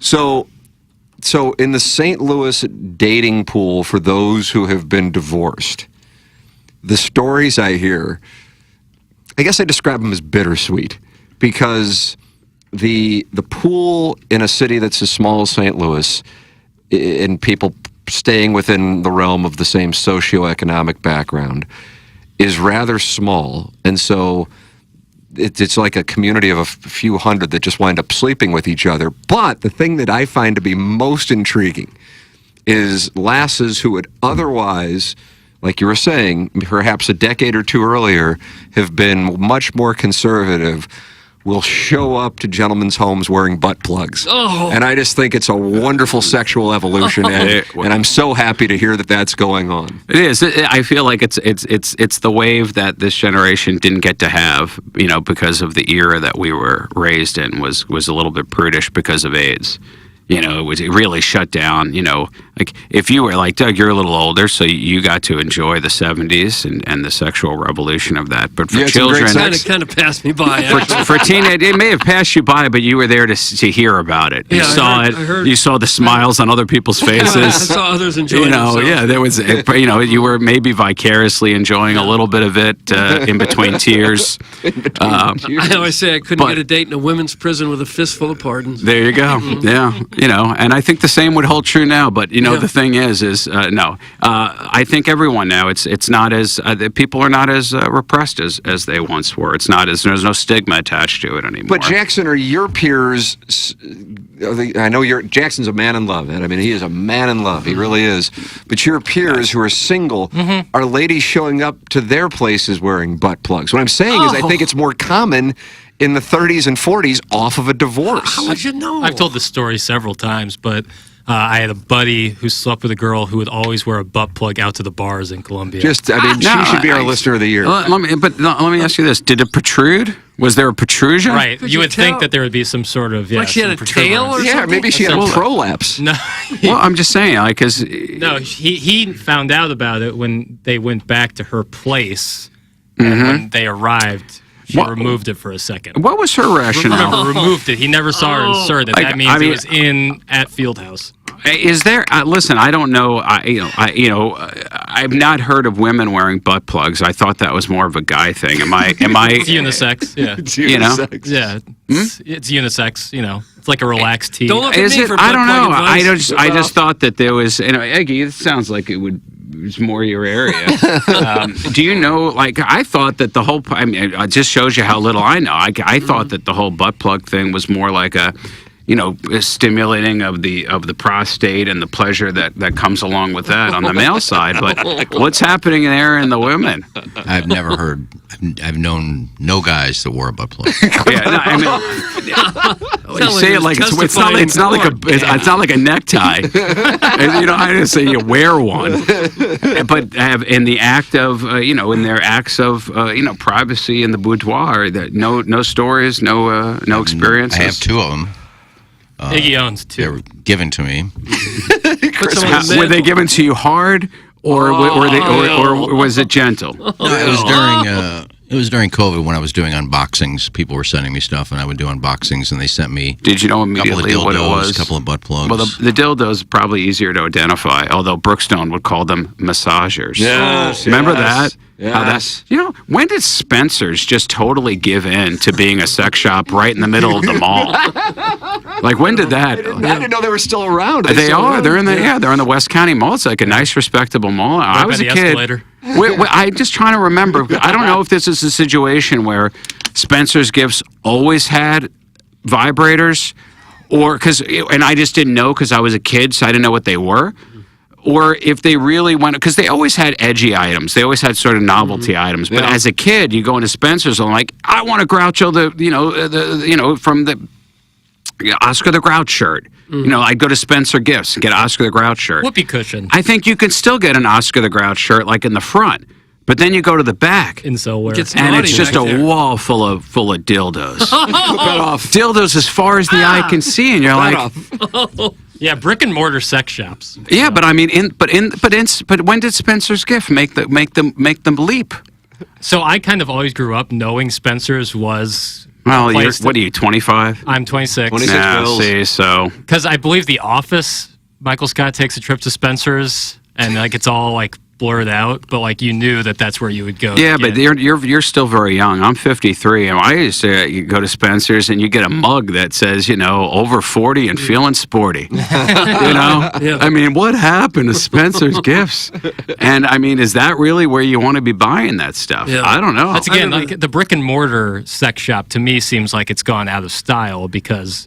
If you really want what your heart desires, you might not want other people to see. You might go online, but if you order online, then there's shipping, and then who opens your packages? I'd be fine. At least I won't see that. It's like buying condoms. You're still a little squirrely. Yeah, you think a lot of people are switched over? I wonder how many condoms are sold on Amazon for that reason. You think that became like a? It never shows up as a hot seller on my page. They give it a hot seller. People use GoPuff. You know what that is? No, what's that? It's like a delivery service like Uber Eats, but for like gas station, like convenience store items. Really? So whether it be like darts or like a lot of people when they get drunk. And they want darts? That's what they want, darts? Well, they want like a 6-pack of beer, maybe some darts, and maybe a pack of condoms. And so you go on GoPuff. I don't want to sound like I don't know what I'm talking about. When you say darts, do you mean cigarettes? Oh, okay. He's very British. All right, I'm sorry. I'm sitting there saying I've been to a lot of convenience stores, and amongst the I don't many think people are items trying to play there- cricket. Yeah, I was. There was. Yeah, I didn't see anything. I didn't see any darts there. Here's a recommendation. Hampton Village Target has a solid sex toy section. I always grab a couple for my wife when I have to get my kid Lunchables for school. Doug, that's Ernie Bjorkman. See, now that is the ultimate convenience. God bless you, Target. You can get Lunchables and a dildo. It is a little jarring because it's That's a right live read. it's right next to the protein bar area, and you're like looking for protein bars. The next thing you're like, oh man, it's a vibrator. Yeah, well, but I kind of see the logic of that.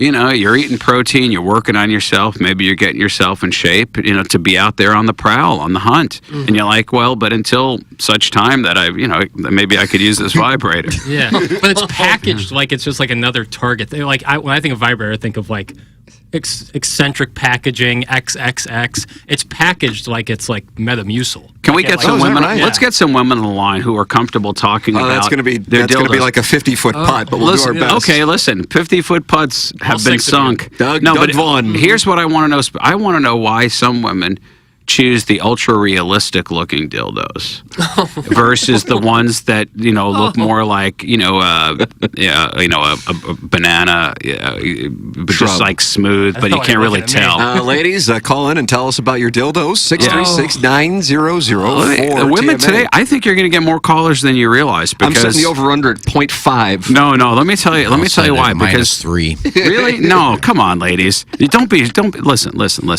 Don't be shy. It's okay. This is a safe space. It's like a late night jazz. jazz. No, listen. This is a safe space. It's gonna be okay. We all know you have a briefcase, and it's filled with delightful things that you've accumulated over the years. We want to know what's in your briefcase. You know what? Remember those movies where people would want to buy a gun, like in the 70s, like in Taxi Driver, and there'd be some guy show up to a hotel room and he'd have one of these briefcases. And he'd pop it open, and they'd have all these different guns in there to be like, well, if you're looking to do this, you're going to want this one. Yeah. If you're looking to do that, and the person never had any idea what they wanted, so I'll take them all. Jackson has a good friend named Sweet Kai. Now, this is a gentleman for the record. He just got engaged. He lives in Cape Cod, and he just texted in, and he's sideways with a few of our listeners. He writes, the best is when they have the sex toys locked up and you have to push the little button to get an attendant to come over and unlock the dildo cabinet. It's a humbling experience. It is. So sweet Kai, not a female, but a male who has purchased a dildo. No, and Kai, a lot of it depends. You never know who the representative is going to be that comes to you. 100%. This is why I'm selling all my stock in brick and mortar sex. Yeah, because you can get the young, non-judgmental, couple of tattoos, nose ring, and you're like, yeah, they're good, they're fine. You could also get an old lady that looks like, you can get one that looks like Adelaide from Different Strokes. And then what else are you buying with that? Like you have to also get breath mints just to like cover it up. Yeah. Breath mints. I get a couple magazines. I have no shame when it comes to that stuff. I will lean right in and be like, and I don't know what we're allowed to say on here, but I'll be real specific and be like, I'm looking for the such and such, and I'd like it to have a special tip with silicone. Do you have something in that? You have to ask for it. Pleasure. That's why you go to my friend Sharice's Siegfried Liquid and Lace. Does she have a place? They got it all there. You can talk to them about it and whatever you need. Oh my God! It's funny you bring that up, Biggie, because we have a text here. It says, "Grow up and go to liquid lactose and lace like an adult. They have dillies, coffee enemas, lube, Ozempic, blood cholesterol, cuff machines, and foundation to cover up the varicose spider veins strewn across your midriff." Now Dad listen. used to go there with Hector, his work husband, and they always got a deal. That's from listener Vishnu. Okay. Multiple properties for sale in the Nooning Tree development. All right, Vishnu, I only have one thing to say to you. Where is this place? Because I've never had a coffee enema, but somebody literally last week was telling me I need to have one of these. Really? Yeah, I'm not really sure where it's Loughborough and Gravois. There you go. Loughborough and Gravois. Oh my God, that answer came way too fast from whoever gave it. That's the chairman. Hey, Chairman, what can you tell us about these coffee enemas? Are they any good? Yeah, it's refreshing. Give you a little jolt. Refreshing. Nice, Doug. Yeah, you get the best of both worlds. You get the stimulation and the caffeination. You've had it? Wait, you can get stimulation from them shoving coffee up your behind? Oh! The tube that they insert to disperse the coffee. Disperse it. Pleasure tube. Oh my. And you've done this, Kurt? Just a couple times. How long does it last? What is that? What's involved? Can you just? I don't want to turn off people, but I have a legitimate curiosity. It depends on which package you go with. I do the ultimate. That goes about 15 minutes. Well, now let me ask you this: why wouldn't you go the ultimate? I mean, if you're already going to go, why would somebody do less than the ultimate? Well, it's like butt plugs. You don't start with the biggest one. You kind of work your way up to it. That's good counsel right there, sir. All right. So you worked your way up to the ultimate. Yeah. How many times did it take you before you were the ultimate butt warrior? Oh. Remember Ultimate Warrior? Half a dozen. Okay, all right. It's a lot of. It's a little bit more than a curiosity. It sounds like to me. This and you lie down and they just plug you in. Do you lie down or do you bend over? Well, They kind of put like a little pillow under your midsection, so you're face down, ass up, kind of thing. Mm-hmm. Yes, I've been there. Yeah. And then what happens? Just bite down and get ready. And I'm assuming a little pinch at first, but then after that, comfortable, not comfortable, uncomfortable? Oh, very comfortable. The first split second is a little jarring, but and you can taste the coffee. Yeah. Are you hot coffee? Can I ask you this? Coffee? Can you choose? Are there flavors? Is there an opportunity for cream? I just go straight black. Really? Is it hot coffee? Very hot. You can do hot or iced. Like when I say hot, wait a truly, second. Wait a second. Drinkable hot? That would burn your ass. Wait a second. You can't do hot or iced. No. Okay, all right. Because listen, I really don't know, but that sounded to me like it was not true. So it's like room temperature coffee. Correct. Okay. But it's liquid coffee. It's not like grounds mixed with. It's like actual liquid coffee. Yeah. And they shove it right up your behind. Oh. With the help of a tube, yeah. Okay. And 15 minutes. What are they running it through there the whole time, like flushing, or how does? And don't you have to go to the bathroom like immediately? What happens? Oh, I think just different people have different reactions. I haven't noticed an immediate need to use the restroom. Really? Mm-hmm. So what I mean, what goes in must come out. Where does it go? I don't really know the science behind it. I don't have an answer for that part. Probably return to sender. We need a listener who's had this done who actually knows something about it to call in. I'll go live on Instagram next time. Yeah. You got to do that. I'm really curious about this. What kind of, is there a sweeps week that we can go and we can all line ourselves up and get coffee enemas? Does that exist in the radio I'm not world? a coffee drinker. Could you do that with an Arnold Palmer? Sure.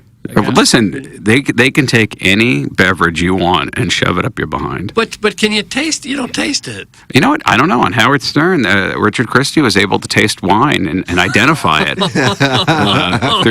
he did. It's true. It's a classic episode. If that's the case, when you taste your own poop, I mean, it's there. It sounds terrible. Yeah. But we don't want to kink shame. But they do say they claim that there are taste buds in your anus. It's true. I'm not making that up. You can look it up on Google. On the Google, it's science. Guys, what about the Ozark enema Diet Mountain Dew? That's from the 407. That's an Ozark enema. Is Diet Mountain Dew? It does seem like that would be nice. That a fizzy sensation. Have you had that also as well? Do they offer that at this lactose place? I have not had the Diet Mountain Dew one. That's it. All right. Well, listen. It just feels like we're losing it as a country. We're just losing it completely. I need you to be curious and less judgmental, Doug. Yeah, you know what? Likes that.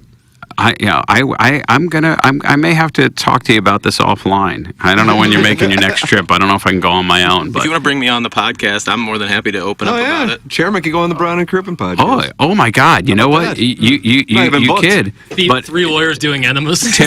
Terry has been dying to start bringing on guests that have had really unusual things, and with the idea being like, what's that like? You know, we all have curiosities about things other people have done that, you know, we haven't done them. We may not ever want to do them, but like, you know, I think we would have you on. You don't mind eating a sandwich and talking about it at the same, you're not going to lose your appetite or anything, all right? No, I love sandwiches. Yeah, I mean, we'll serve tea, you know, just so you don't get confused as to which end to shove it in. I really like the idea of 3 lawyers getting enemas. Oh my God! Changing the cover art. Let me tell you what whores we are.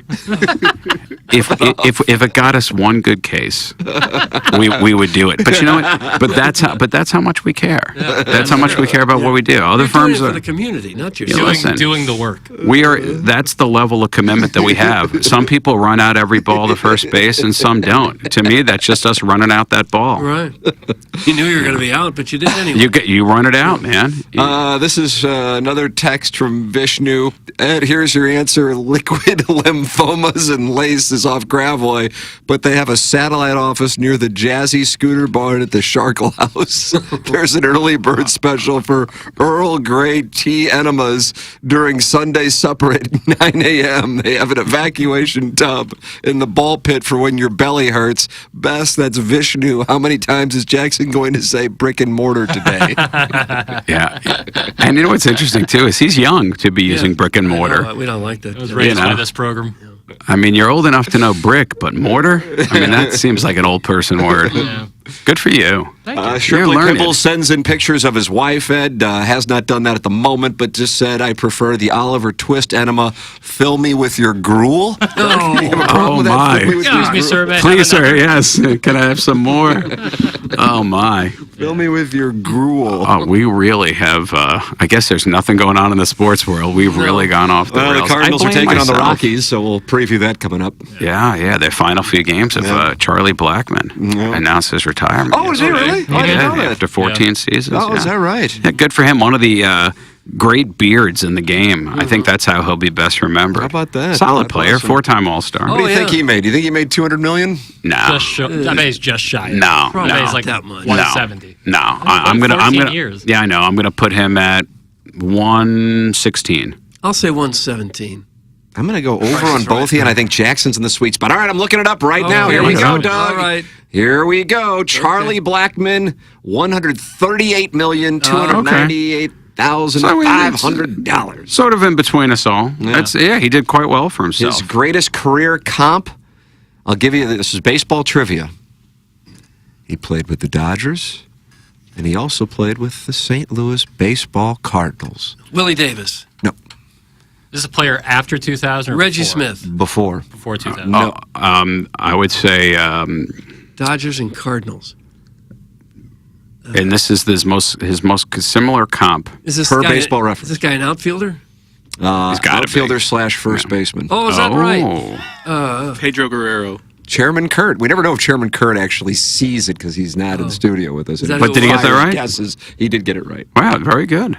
Completely well done. different type of player. Well done. He was a good player, Pedro Guerrero. Oh, yeah. He had a big home run in September off of Mitch Williams in 1989. Is that right? Just in the netting right center field? He also got Mickey Finn down there in Houston. Oh, yeah, he did. Pedro Guerrero is now 68 years old. Cardinals, Dodgers, anywhere else? Notice Cardinals and Dodgers. Huh. How about that? He was the one throwing his glove on the ground when Jack Clark hit the home run. Yes, in left field. Yeah. You see that? That's the scars that these things leave. You know, they burn memories. You know, these little images. It's crazy stuff, man. Ed, boy, you really took the conversation in a great direction this morning, and we're grateful for that. Well, I think everybody needed it. You know, I haven't been on in 3 weeks. Too and many they thought, incel conversations, and we just went full on hot talk. full on. And let me say, I think by the time I'm on next time, I may be reporting on the results of my coffee enema. Oh, nice. What can we Looking forward to. I just need to know, is that what the listeners need from me? Is that the pound of flesh that they're demanding? Show's been on 20 years, and this is the first time we've ever even mentioned coffee enemas. Chairman's been getting them for years, though, apparently. I can't believe that. I can't believe that he's already on 6 times and it has not come up yet. What's with you people? What happened to the probing? What is wrong with us? Ed, always good to see you. Welcome back to the program, and we'll look forward to the coffee enema update coming up. Yeah, no, I'm very excited about it. I look forward to keep an eye out for the episode where he comes on. Chairman will be on. Chairman comes on 3 Lawyers Eating Sandwiches. I'm going to get that set You're up. going to make your own appointment to go? What do you want me to have my assistant do it? Well, I don't know how you're going to handle What, it. do you want to call for No, me? I don't know what you're offering no, me. I don't know what you're I know suggesting. that you really are going to do this. Yeah, although I did notice that you have a ton of coffee right here in the break room. Try it there. So I mean, we could. I don't know if just you have knock the it out ability to right bring here. a camera and I don't know if we have the tubing. Find a straw somewhere. Yeah, I mean, it's fine. We can make the tubing. But come on, where's the creativity? American ingenuity. You know, I could run over to Ace, get a garden hose. Ed Herman, Anyway, Brown and Crouppen. be good, everybody. There he is. We'll close out the Mungan St. Louis Acura, Mungan Burkhardt, Alton Toyota. 7 o'clock hour. This is the Morning After, presented to you by Brown and Crouppen. KPNT FM HD2, Collinsville, St. Louis. This is TMA All Day. Biggie's Restaurant and Bar has been a staple of the community for over 30 years and is serving your favorites like the steak sandwich, waffle fries, and so much more. It's not just the food that's rocking. With a full bar and patio, Biggie's is the perfect spot for lunch, dinner, and a little laughter. Biggie's original hours are back. Open 11 a.m. till midnight, Wednesday, Thursday, and Sunday. And 11 a.m. till 1 a.m. on Friday and Saturday. Check out the full menu at biggiesrestaurant.com and stop in today. Hey, Hey, this is Tim McKernan, and I am here with James Carlton of the Carlton State Farm Insurance Agency. James, I love getting emails from listeners who support the sponsors. Got one from a client of yours who switched, and you immediately saved him $1,000, and it meant the world to him. The area that we're really having an impact on people's finances are people with drivers under the age of 25. We are seeing material savings for these types of clients, hundreds, if not even thousands of dollars per year. James Carlton, Carlton State Farm Insurance Agency, 314-961-4800, or go online at carltoninsurance.net. Hey, this is Tim McKernan. I regret not managing my finances better in my 20s and my 30s, and now I see how crucial it is for achieving major life goals. Mark Hanna with Evergreen Wealth Strategies helps everyday people every day with their finances, discussing cash flow, liquidity, investments, insurance, and tax-efficient strategies. No matter your financial planning stage, Mark will boost your confidence and keep you on track. Learn more at evergreenstl.com. Equitable Advisors, LLC, member FINRA, a broker-dealer and a SEC registered investment advisor. Equitable Financial Advisors and MI. Evergreen Wealth Strategies is not a registered investment advisor and does not provide tax advice. If you talk to someone who has had a kitchen remodel, say, from Collier & Thompson, they'd probably love to show it to you and say, look what our place looks like now. Collier & Thompson does it, and they do it right. Also, football season is here. You might want to update that man cave. Nothing better than sitting in a comfortable man cave, and Collier & Thompson can make it look like the best place in your house. You want an appliance? Maybe an appliance for the holidays. You're thinking about that. They've got the top brand names. They got Bosch, Thermador, Wolf, Sub-Zero. Got them all. Old Stacy is the appliance guy. He'll do you right. Matthew and Eric are the appliance installers. Also, they are looking to hire some lead contractors. If that is your line of work and you'd like to work for the best company in town that does this sort of stuff, Collier & Thompson is the one to look for. They've got almost everything, and it's all right there in-house. No need to go to 5 or 8 different places to remodel one room. With Collier & Thompson, the countertops, appliances, lighting, flooring, hardware, plumbing, electric, you name it, it is all right there in-house. They will take absolutely great care of you. Collier & Thompson on Manchester and Ballwin, next to Uncle Bill's Pancake House. Collier & Thompson, come home to quality.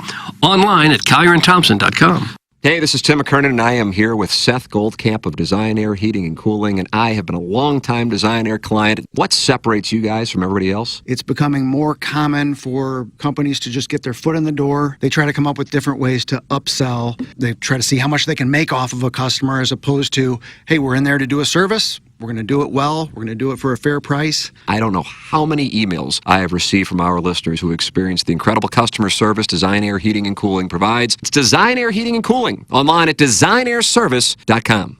There's nothing more important than the look and feel of your home. So now's the time to make your home your retreat. Replace your tired old windows and doors with Marvin replacement products designed to improve comfort and efficiency. Fisher Window and Door Store, a reputable local company, will guide you through the entire replacement process. Their experts will help you make the right choice for your home, and they'll measure, design, and install your new windows and doors. Hi, I'm Jim Fisher. Since 1941, the Fisher family has provided you with quality American-made building products, including Marvin Windows and Doors. Come visit one of our showrooms in Brentwood or East Alton, and let us help you increase the value of your home. Bring that distinct sense of quality to every room with Marvin. Visit Fisher Window and Doors' huge newly remodeled showroom in Brentwood or Fisher Lumber in East Alton, Illinois. Quality and comfort starts at Fisher Window and Door. Online at fisherwindow.com.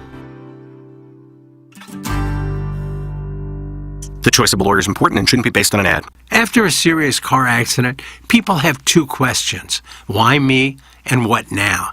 Well, no one knows why you, but I'm Terry Crouppen, and my law firm Brown & Crouppen sure can help with the what now. Car repairs, medical bills, lost wages, pain and suffering. We're Brown & Crouppen, and we've got all those answers. All you have to do is call 222-2222. Hustle and Heart Sports Performance is the one-stop shop for St. Louis area football-specific and athletic training located in O'Fallon, Missouri. Hustle and Heart utilizes the top trainers in St. Louis, led by its owner, 8-year NFL vet Pierre Desir. We have a 40-yard turf field, college-style weight room, red light sauna, and a state-of-the-art recovery room to service all of your athletes' needs. For more info, check out hustleandheartsportsperformance.com or call Dustin at 314-440-8457. Hey, if you like the morning after, check out Balloon Party on 101 ESPN. HD1, by the way. It's Sports Talk with Tim McKernan and Action Jackson from 10 a.m. to 11 a.m. each weekday, right after the morning after. It's the worst named show in the history of radio, but the content's pretty good, so check it out on 101 ESPN or get the podcast on the TMA app. Want to take on some legends of TMA? Sound the same to someone who gives a damn about the best fans in baseball! Tired of The it! show's so great. Will there be a little speaker system out behind the dumpster, so in case you're servicing me, I'll be able to hear my name? Then nominate yourself to be this month's TMA Listener of the Month. And if you win, you'll get recognition and other stuff. Sometimes all you have to do to win the prize is be a female. All it takes is one fake girl to just throw this show completely off course. Give us your name, a photo, and other pertinent information at TMASTL.com. The TMA Listener of the Month Club, quenched by Milagro Tequila. Welcome to a brighter side of tequila with Milagro. Find out more at TMASTL.com. I mean, what the hell is going on? It's the morning after. KPNT FM, HD2. Collinsville, St. Louis. George Washington, Cherry Tree, John Adams, HBO Show, Thomas Jefferson, Louisiana Purchase, Dudes on the Nickel, Chase Madison, War of 1812, James Monroe, Monroe Doctrine, John Quincy Adams, Dude's got a cool name. Will Billy Joel play this on Friday night at Busch Stadium in the rain? Yeah, it's supposed to rain all week, isn't it? Yeah. It's going to be tough for Billy Joel and Sting. Oh, man. Yeah, 40% chance rain Friday. Maybe over by nighttime. Fisher Window and Door Store 8 o'clock hour here on TMA, which is a program presented to you by Brown and Crouppen. Send your emails in Design, Air, Heating, and Cooling. Email today, the morning after, at InsideSTL.com. That comes your way at about 9:50. Then Jackson and I are going to go down the hallway. What do we got going on Balloon Party today on 101 ESPN? It's a Tuesday for the fellas. That's it? That's what I'm calling That's my the question. planning. Tuesday for the fellas. Tuesday for the fellas. So you haven't thought much about the show? No, that's not true. Do I need to activate my Venmo? Nope. Wow, very confident. Huh. The hell you got? Questions? Huh. What kind of questions you got, bro? Interesting ones. Oh. One that might pique your curiosity. I see. What's your lead? Football. Football in general. Well, it can't be the NFL. No. I don't know if I watched 5 minutes of the NFL this weekend. I didn't watched watch much. I watched the Sunday part of the noon slate and part of the afternoon I slate. was but just didn't out. watch I prime was just time. out with my family and last night. Barbecued early. Had some burgers from Smokehouse that I whipped up on the griddle. You like that? Whipped up on the griddle? No, I don't care for that. Indirect? Indirect. You just put them on the. You just put them there. Indirect. Yeah. According to my Whoop dog, I was asleep at 8:54. Last night you were. Oh. Yeah. 9 o'clock is the new midnight. That's for sure. I'm telling you. Like, yeah, if I'm going to have this threesome on my birthday, it's going to have to happen like Yeah, you gotta during rest. rush hour. Yeah, but you'll be well rested. Mm-hmm. Yeah, I was thinking about going to that concert. Here's a set list if you want to look at it. Nah, I would rather be surprised. Okay. But I don't know if I'm going to go. He does play that song.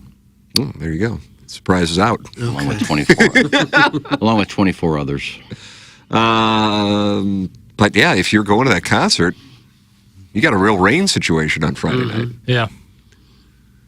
I guess it's not quite as big a deal at a concert as it is at a game. You could have a small umbrella or something and still hear what they were doing. You're not going to be able to see, if the guy in front of you is 70% chance of rain Friday. But rain every day in the forecast, minus tomorrow over the next week. We desperately need it. I crossed over the bridge the other day to go to Illinois, and the river was as low as I've seen it in a while. Really? Yeah. There's some barge traffic that can't get up here because the river's so low. Nothing but highs in the 70s.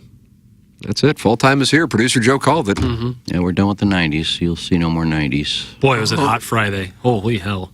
Yeah, well, it seems hotter than normal. That's What, what you were at St. Louis Country Club playing, right? Yeah. And I thought I was going to wilt away. It was because I was like, it's hot, but I've been in hotter. I looked at the forecast, but it felt like my skin was on fire. I don't know what was about. I don't know what it was. I actually so hot agree with Friday. you. I brought that Rapsodo out that we got at the Ascension Pro-Am.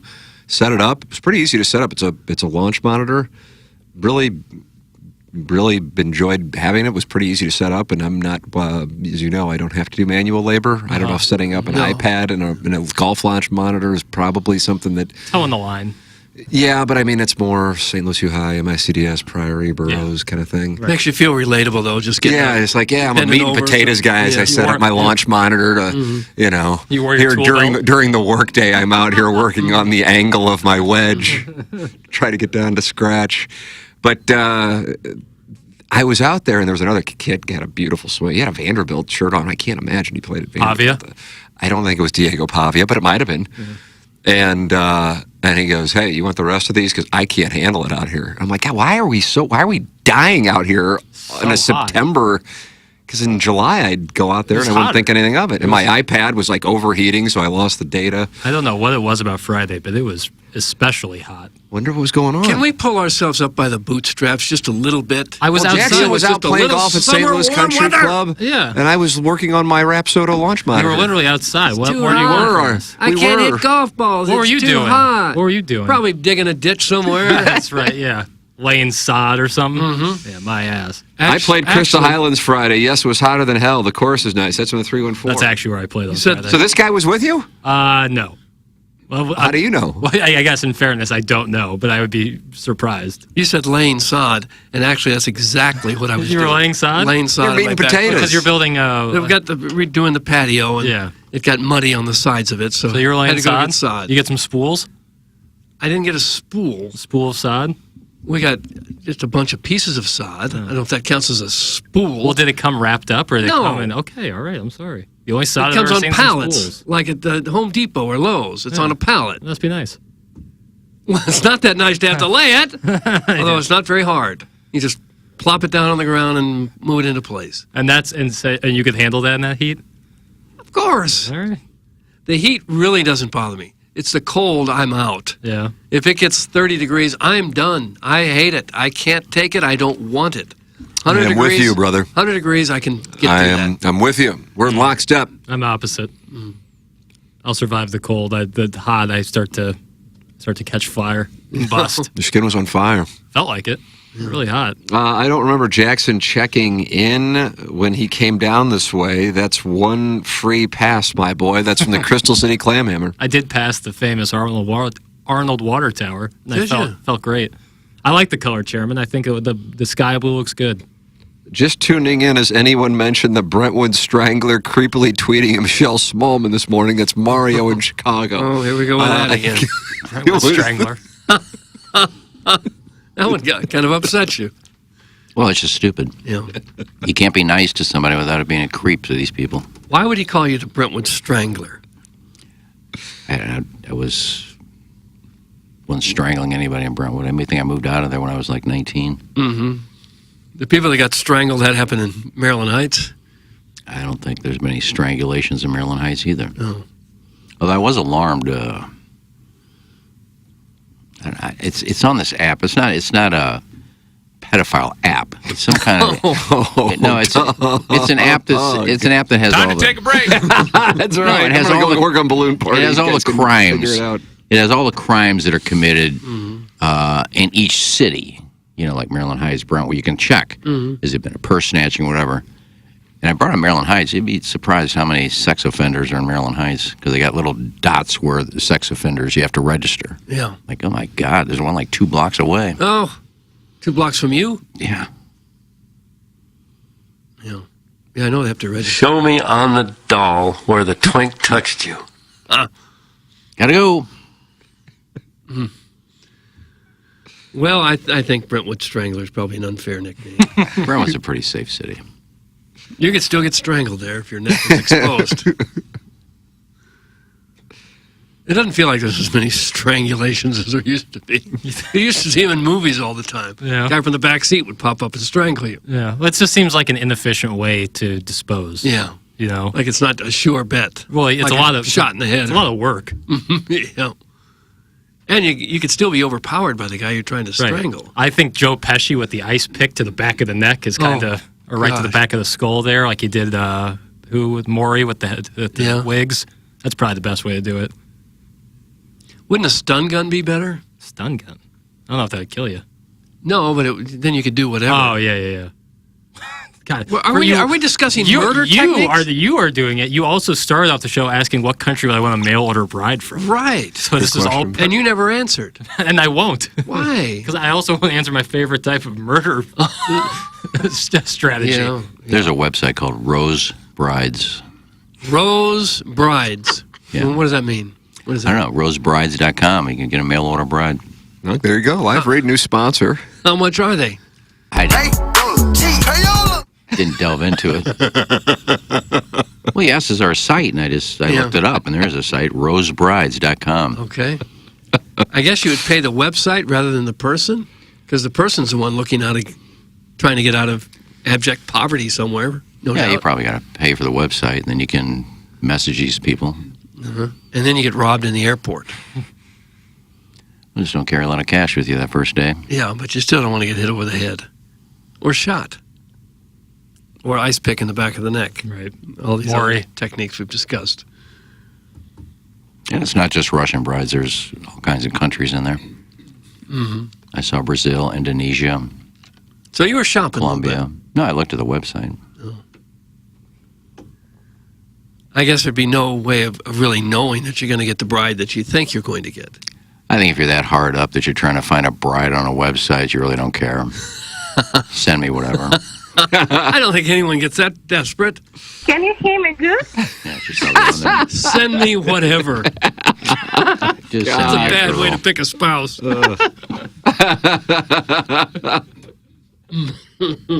Boy, you'd get a winner there. That was your criteria. Whatever you have available in the $8,000 range, just send me.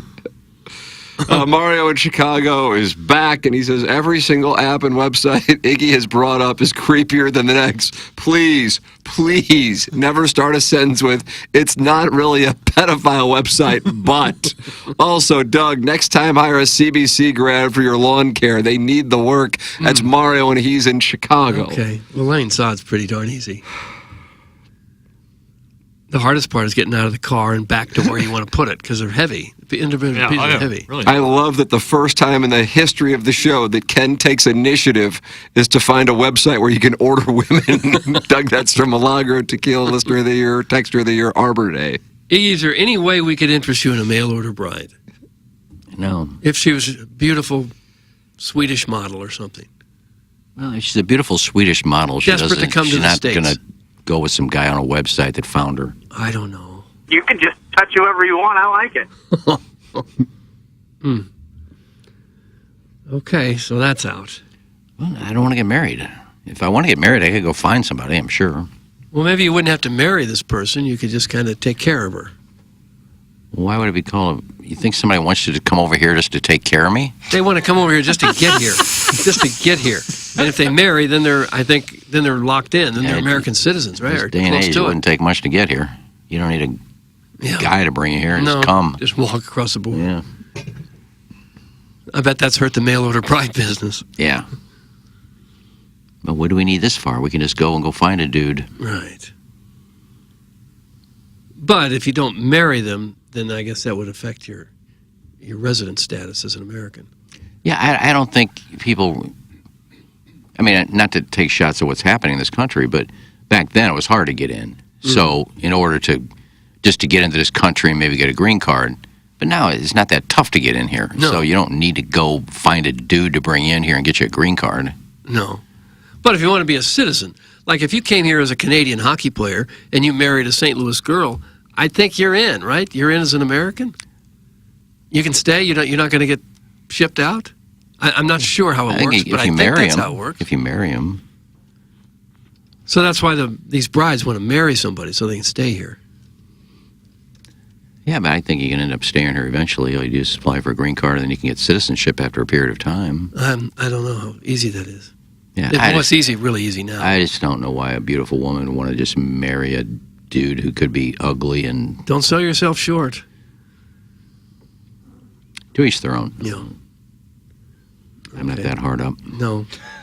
All right. I just thought that was another option. Svetlana, it's nice to meet you. Come to my home. They're not all named Svetlana. I mean, I've worked with Seika. Some are named Seika. Seika and Svetlana. Svetlana was the Sopranos, right? She had the one leg. Yeah. Oh, yeah. And Tony messed up there. That was a bad move on his part. I forgot what happened with that. He might have slept with her. Oh, and then what?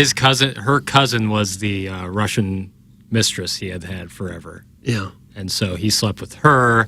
His Russian cousin got upset, called Carmela right after Tony bought the house on the beach. Oh, yeah. And then she started throwing his clothes out the window. Oh, that's right. Okay.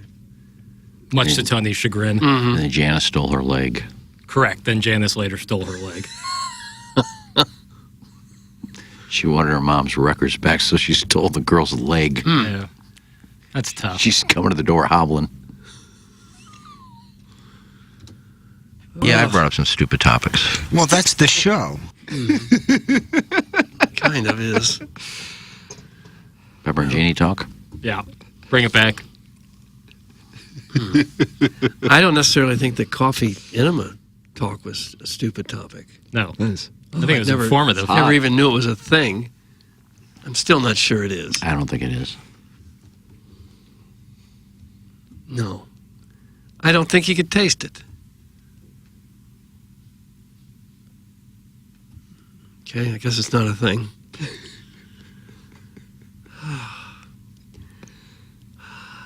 Well, these Redbirds could use some sort of enema to get through the last 6 Nice, I like that. I like that. Yeah, Doug, fun night tonight in Colorado. It'll be a Jim Dandy. Everybody's talking about it. Right. I was reading Derek Gould's chat. What percentage would you put Paul Goldschmidt returning next year? Oh, because he gave his percentage. Probably higher than I think most fans would want it to be. 15%. I'll say 30. He's got it as a coin flip. How about 50-50. this? He talks about the pot. He says this: you don't have to squint to see a corner of the multiverse where Anthony Rizzo is a Cardinal. You like that? You don't have to squint to see a corner of the multiverse. Where Anthony Rizzo, another washed-up first baseman, I shouldn't say washed-up, veteran first baseman at the tail end of his career, making a ton of money, could wind up doing the same thing. Not sure. I don't believe Pete Alonso will sign with the Mets. Him and Stubby Clapp could become fast friends again. That would be a good guy to get. Yeah. Polar bear. He'd want $40 million a year. There's a guy in Baltimore. Is it Stellano? Brooks Robinson. Oh. Stiletto. Kind of shoe. Eddie Murray. No, I think it's Stellano. I mean, he's got like 44 home runs. Santander. You're talking about Anthony Santander. Santander. Okay, that's Solanto. He's an outfielder, first baseman. Tommy Castellano was the quarterback at Boston College 2 weeks ago. Different He had like guy. a David Bowie face paint kind of situation. I kind of liked it. And I think he made $10 million this year. He's going to hit 40-plus home runs, 100 RBIs. Who is this He's only human? going to hit like Anthony Santander. But that's not. Are we sure? Santander. I knew it was S something. Plus, I'm not playing fantasy baseball, so I don't know all these it guys. helps. I just saw his stats. And He's a good player that nobody and he's knows. a free agent. And he's, Well, Baltimore's in the business to try to win here the next few years. I think they'll probably try to re-sign him. yeah, but he is a free agent, so if he became available, there's a guy that they could use in the outfield. Sure. Mm-hmm. Probably not going to break the bank. They're going to already save what? Would you rather have Paul Goldschmidt back for his? He's not going to sign for $30 million, but still, the guy made $10 million this year. I don't know, what's Alonso going to ask for? I don't know, but probably even more than the 26 that they paid Goldschmidt this year. You have to remember that Sonny Gray's deal is backloaded, so he makes more money next year when the cap hit. Yeah. So if you save money on Goldschmidt, it's kind of a wash with Sonny Gray's increase in money. What? Yeah. We keep bringing net up these, negative. Keep bringing up these names. They're not going to sign anybody. Note. Especially if we keep getting the names wrong. Did you look up Anthony Santander? He had a big year, didn't he? Yeah, and he's a good ball player, but he's about to be 30, and he's going to require a bunch of money. Yeah. Why would the Cardinals sign him when they're not close? Yeah. Well, I don't know how much money. He only made $10 million this year. Right, but then he had a great year, so it's likely he's going to make a lot. As much as I've enjoyed having Goldschmidt here for the last 4 or 5 years, I think it's definitely time to move on. Strikes me as rather obvious. Yeah, it I sure gather there's going to be a substantial press conference within the next 7 days down at Busch Stadium. Yeah. That's what I think. Mozeliak has said that October will be a busy month, but they can't do much until the season's over, right? Major League Baseball, I guess they could fire a manager or something. Sail up in Air Republic. But Major League Baseball always tells them, let's keep the news to a minimum while we're still playing and keep the focus on the playoffs and the World Series. Right. I guess you don't have to abide by that if you don't want to. It's not like they didn't have the press conference last year. This year, I anticipate there will be one. Quick, fast, and in a hurry. I feel like they signed Wilson Contreras 2 years ago, right after I don't think you can make December. You can make player moves while the season. No, but it was like I thought it was like right after, but maybe I'm misremembering. Virtually certain it was December. It was the same day Quintana signed with the Mets. Fun pennant races, Doug. All the divisions are determined. And you got the Braves a game and a half back. Otherwise, everybody else is eliminated in the National League. But look at this American League. Is this the Detroit Tigers' year? You kind of said this is the team you like going into the season. All along. Yeah. And they have the third wild card spot in the American League, along with the Royals. And then the Twins are a game back. That American League Central. The Royals seem to be in great shape. A week ago, they've lost 7 in a row. 7 in a row. They might get bounced from the wild card even.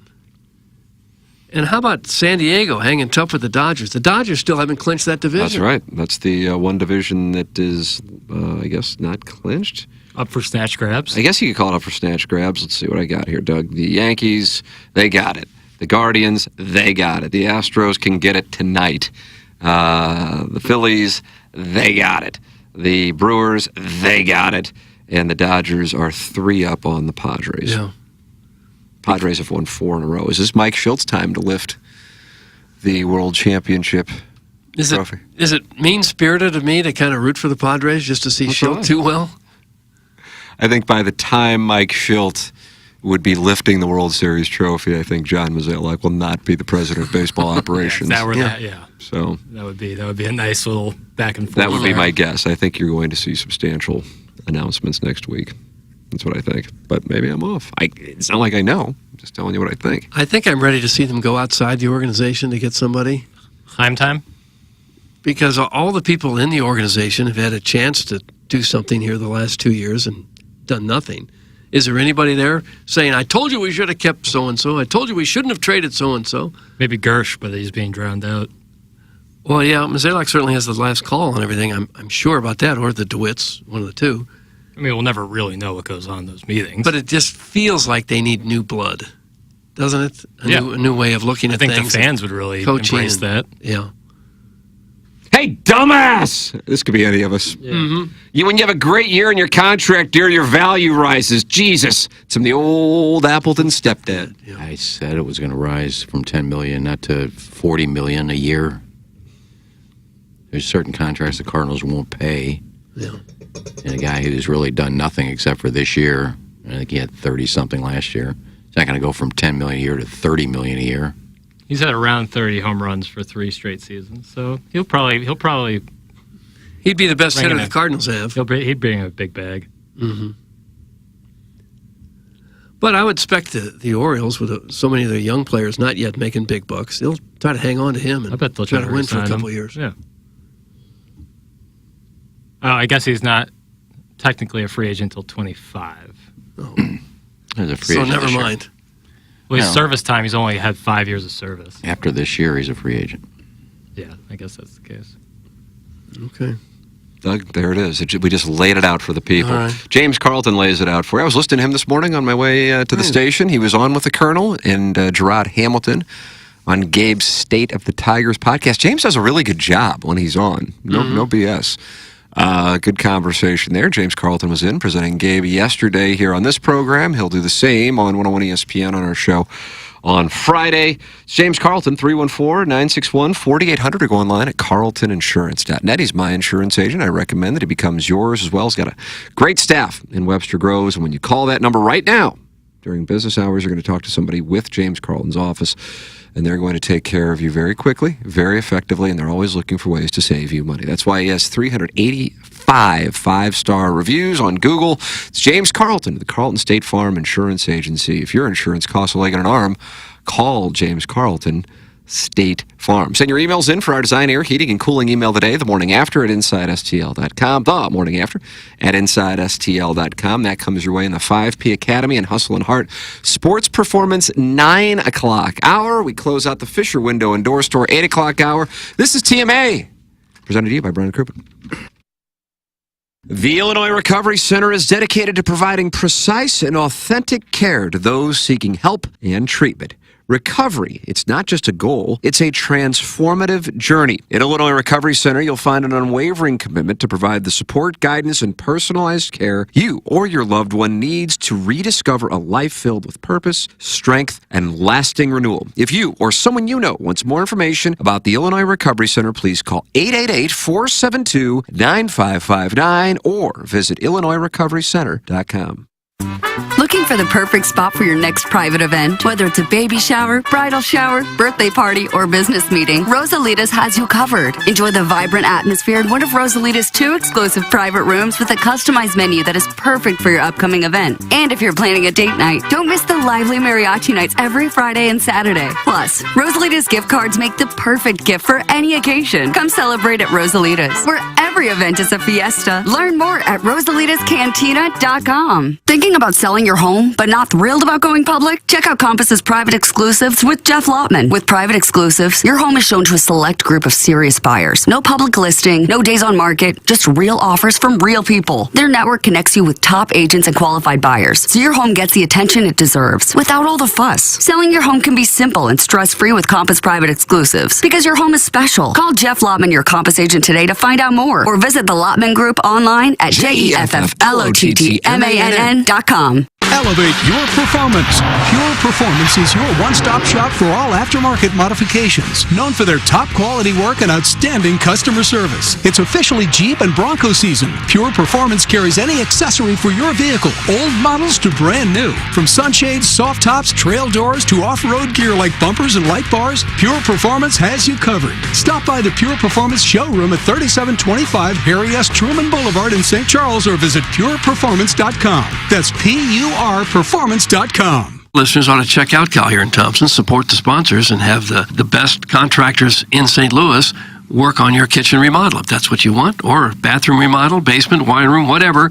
Collier & Thompson does it all, and these are people that you can trust. They have an A-plus rating with the Better Business Bureau. That's not always that common for people in this line of work. They won a Torch Award for Ethics from the Better Business Bureau. Collier & Thompson on Manchester and Ballwin, next to Uncle Bill's Pancake House. Collier & Thompson, come home to quality, online at collierandthompson.com. Billiken Nation, this is Robbie Avila, and I can't wait to represent Sloop for the Lou and our city's basketball team. Get your tickets now for as low as $125 or experience the excitement up close with 100 level seats for $540 by visiting slewbillikens.com today. You won't even need my goggles, as there is not a bad seat in Chaffetz Arena. Be a part of it from the beginning, as my teammates and I are working extremely hard to bring a championship to the Lou. Pack Chaffetz Arena to cheer on an exciting brand of basketball. Buy your tickets now by visiting slewbillikens.com today. There's nothing more important than the look and feel of your home. So now's the time to make your home your retreat. Replace your tired old windows and doors with Marvin replacement products designed to improve comfort and efficiency. Fisher Window and Door Store, a reputable local company, will guide you through the entire replacement process. Their experts will help you make the right choice for your home, and they'll measure, design, and install your new windows and doors. Hi, I'm Jim Fisher. Since 1941, the Fisher family has provided you with quality American-made building products, including Marvin Windows and Doors. Come visit one of our showrooms in Brentwood or East Alton, and let us help you increase the value of your home. Bring that distinct sense of quality to every room with Marvin. Visit Fisher Window and Doors' huge newly remodeled showroom in Brentwood or Fisher Lumber in East Alton, Illinois. Quality and comfort starts at Fisher Window and Door. Online at fisherwindow.com. The choice of a lawyer is important and shouldn't be based on an ad. If you're seriously hurt in an accident, you'll want all the money you deserve. That's called justice. But there wouldn't be lawyers if justice was easy. No, justice is not easy. It's fought for and it's won. At Brown & Crouppen, we fight for justice every day. If you want some, call 222-2222, because at Brown & Crouppen, justice is our business. Biggie's Restaurant and Bar has been a staple of the community for over 30 years and is serving your favorites like the steak sandwich, waffle fries, and so much more. It's not just the food that's rocking. With a full bar and patio, Biggie's is the perfect spot for lunch, dinner, and a little laughter. Biggie's original hours are back. Open 11 a.m. till midnight, Wednesday, Thursday, and Sunday. And 11 a.m. till 1 a.m. on Friday and Saturday. Check out the full menu at biggiesrestaurant.com and stop in today. Adopt US Kids presents What to expect when you're expecting a teenager. Learning the lingo. GOAT, G-O-A-T, acronym, stands for greatest of all time. As in, spaghetti sandwiches for dinner? They're my fave. Dad, you're the GOAT. You don't have to speak teen to be a perfect parent. Thousands of teens in foster care will love you just the same. Visit adoptuskids.org. Brought to you by the U.S. Department of Health and Human Services, Adopt U.S. Kids, and the Ad Council. Hey, if you like the morning after, check out Balloon Party on 101 ESPN. HD1, by the way. It's sports talk with Tim McKernan and Action Jackson from 10 a.m. to 11 a.m. each weekday, right after the morning after. It's the worst named show in the history of radio, but the content's pretty good, so check it out on 101 ESPN or get the podcast on the TMA app. KPN-TFM HD2, Collinsville, St. Louis. This is TMA all day. And as moist as a freshly baked Betty Crocker cake? It's the Brown and Crouppen Morning After. KPN-TFM HD2. Collinsville, St. Louis. Bah. Bah. Welcome back to Team 8. Think about that. It's presented to you by Brown and Crouppen. 5P Academy and Hustle and Heart Sports Performance. 9 o'clock hour, which will include the Design Air Heating and Cooling email of the day, the morning after, at InsideSTL.com. Doug, do you enjoy guessing games or not? Guessing games, I do, yes. All right. Would you like the power rankings of the undefeated teams in college football and to guess the top 10? The power rankings of the undefeated teams? There's probably a lot of undefeated teams still, aren't there? Okay, well then great. Then rank them and show everybody how smart you are when it comes to college football. This is your chance. Okay, Texas number 1. Hold on a second. Yes! Okay. And this is Bill Conley, who used to post on Tiger Board. He did? Yeah, and now he's created a formula called SP+. Okay. Is he better than Tolte? Ooh. Nobody's better than Tolte.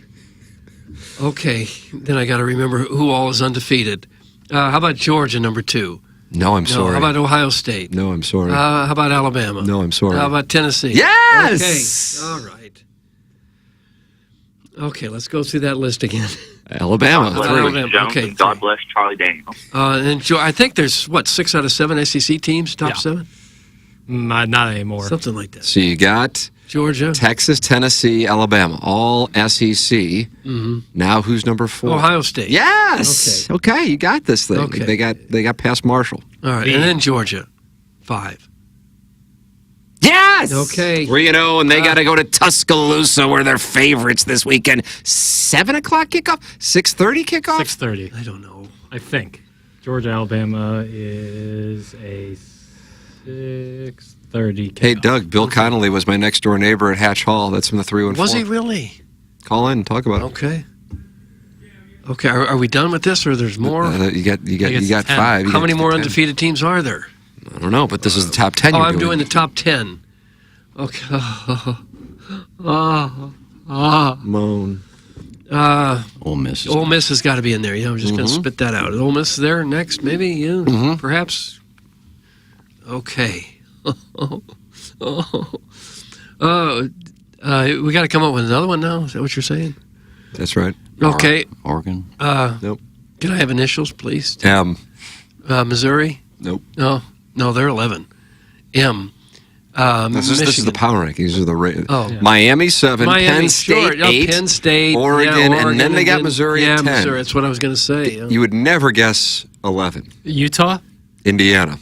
The Hoosiers. Really? I saw they just beat the hell out of somebody. 4-0. Yeah. They'll be tested against Maryland this weekend. Indiana. Well, for a lot of teams, the record doesn't mean a whole lot at this point. It's all about who you played. Ole Miss hasn't played anybody. Yeah. So that record, to me, doesn't mean a whole lot yet. Yeah, they've put up like 200 points, but they've played nobody. Yeah. ILL 16. They've proven that they can play. Mm-hmm. They've played some people. Yeah, I mean, they've played Rock Chalk in Nebraska. Yeah. Beating those teams. On the road, too. I kind of think Rutgers is a sneaker play. I don't know. Maybe I'm overvaluing that just because they're better than what you expect. That doesn't mean that they'll be a great team. They're 3-0. Wouldn't you think they would be better there in the New York City area? With all those millions of people that live there, wouldn't you think there'd be some players? I think there are. I just don't know if they stay there, I think they go elsewhere. Jackson's James Madison team is 21st. Just feels like you don't hear a lot of players came from New York. It's just not, it doesn't seem, basketball players for sure. Ton. But you don't hear a lot of football players from New York. I mean, clearly they're there. I just don't think that they play in the Northeast. Like they go to the South or they go to the Midwest. Florida, Texas. Sure. California. Because if you were a great New York quarterback, where local, like we're going to go to BC or Rutgers? But have there been any great New York quarterbacks? 100%. Joe Namath. You're crowdsourcing. Joe Namath was from Pennsylvania. Namath was from Pennsylvania. Beaver Falls. He's from New York. All right. He wasn't from New York. I'm looking it up. Tyrod Taylor. Yeah, how about that? Boy, that's quite a lengthy list of superstars. Aaron Rodgers, Joe Flacco, Matt Stafford. Matt Stafford's not from New York. No. He's from California, wasn't he? Texas, I think. Texas with Clayton Kershaw. Aaron Rodgers is from New York City? Maybe he was born there. I don't know. Saquon Barkley is from the Bronx. You say quarterbacks? Yeah, just players in general. For the size of the city, they've turned out, it seems, I'll look up more very few players relative to how large the city is. QBs from New York City. Tyrod Taylor. I got Tyrod Taylor. We got one. In the history of the league? I don't know. I'm trying to find it. Okay. I don't know. All right. Was St. Louis ever turned out a big-time quarterback? Trent Green. I like Gabbert? Blaine Gabbert? Yeah, Blaine Gabbert. That'd be one. Blaine Gabbert. Pete Woods? I don't know Pete Woods. Trent Green? I just said Trent Green. Yeah, you did. Where were you? I was thinking of the next one. There's Jim Hart born. I'm not sure where Jim Hart's from originally. He was born in Illinois, maybe. He went to SIU Carbondale. Guys, Jackie Jr. had a real shot from Rutgers until he transferred to Pitt. Rutgers, Bula Bula. John A. Johnson. I was happy I thought of Trent Green. I didn't even hear Jackson say it. Jim Hart is from Evanston, Illinois. Okay. But he's in the Missouri Sports Hall of Fame. Yeah. Great quarterback here. Underrated, what he did. When he retired, he was, top 5 in a lot of categories, all time for quarterbacks. Eric Coryell? Uh-huh. That's all the quarterbacks I can think of from this area. Brady Cook. Illinois side. Brady Cook. Yeah, Brady Cook. Neil Lomax. He wasn't from, he played here, but he wasn't from here. Yeah. He kind of crapped on St. Louis when they left. Lomax did? What did he say? I don't remember, but I remember that was a thing when they got to Arizona. Okay. They got to play at Sun Devil Stadium for 30 years or something before getting a stadium. Tim McKernan was a great quarterback. That's from the Pope. I couldn't see over the offensive lineman. Could have been. That was the issue. Thank you. Jackson, my heritage isn't your hobby, respectfully. That's from Mario in Chicago. What heritage am I? Heritage isn't your... Italian? Because I'm talking about the Sopranos? I don't know what you want from me. Yeah. You don't have to apologize for that. I don't know what I said. Yeah, you can't talk about the Sopranos unless you're Italian. Fair enough. That's fine by me. Transform your story at Illinois Recovery Center. At Illinois Recovery Center, the team believes in the strength of every individual's journey to recovery. Whether you're taking the first step or continuing a path, the IRC's dedicated team is here to support you. Why choose Illinois Recovery Center? A holistic healing approach, expert care and guidance, safe and welcoming environment, tailored programs for lasting recovery, and top-notch facility and accommodation. Whether you are making the life-saving choice to seek help on your own or you want to be prepared for the other end of an addiction intervention with a loved one, the chance to learn about addiction recovery is available to you at Illinois Recovery Center in Swansea. If you or someone you know wants more information about the Illinois Recovery Center, please call 888-472-9559 or visit IllinoisRecoveryCenter.com. Send your emails in for our design, air, heating, and cooling email today, the morning after, at InsideSTL.com. That comes your way at 9:50. And then Jackson's very confident in Balloon Party today.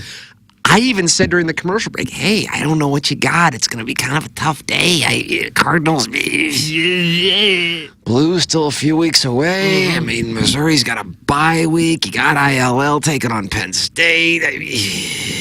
Might be a good time to discuss would the NBA work in St. Louis. Always a good one to return to. Doug, in Oakland, they are experiencing what we experienced nearly a decade ago in St. Louis, and that is watching their team say goodbye. Yesterday, the owner of the A's. Do you like this when somebody takes to social media? You don't have to take to it. Just write on it. Well, Type pens on a it. letter. Breaks his silence. What's Inks it? a Fisher, communique. the owner, John Fisher. wrote an article, and it was the letter to the fans. Stan Kroenke gave a letter to the fans.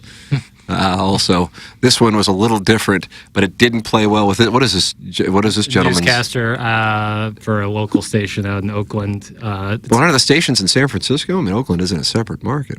It might be. I'm not positive, Okay, to be fair honest with you. All right. But this is him reading part of the letter and then giving his take on it. It's about 2 minutes, and I highly recommend Sports guy or the news guy? Sports. Okay.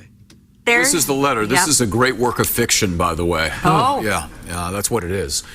So many A's fans would say this explanation is both weak and long overdue, but we're finally hearing from Fisher about exactly how we got to this point in time. Fisher says he knows the A's are part of the fabric of Oakland and then goes on to explain his version of reality. Fisher says when he and his business partner, Lou Wolf, bought the team back in 2005, quote, "Our dream was to win world championships and build a new ballpark in Oakland. Over the next 18 years, we did our very best to make that happen. We proposed and pursued 5 different locations in the Bay Area, and despite mutual and ongoing efforts to get a deal done for the Howard Terminal project, we came up short."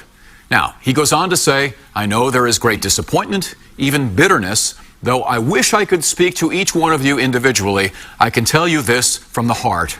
We tried. Staying in Oakland was our goal, it was our mission, and we failed to achieve it, and for that I am genuinely sorry." So, you heard Fisher's statement. Let me tell you what reality is, okay? John, you tried 5 different, extremely flawed stadium proposals. You never got even close to a shovel in the ground.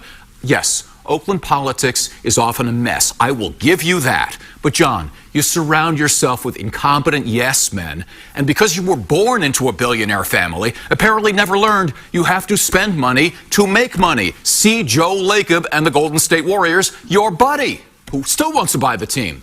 John, you're a serial penny pincher. You've destroyed your family's great name and legacy because of your cheapness. As for the statement about loyal A's fans, quote, "I wish I could speak to each and every one of you individually," end quote. Seriously?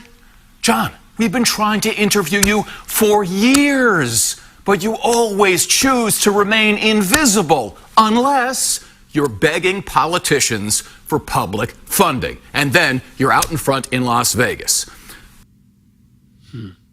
It's kind of the reverse Rams situation with us, where from a distance, you look at that situation and go, yeah, I don't blame the A's for moving. No one supports the team. You got an old stadium. You got a crumbling city. I don't blame them for leaving.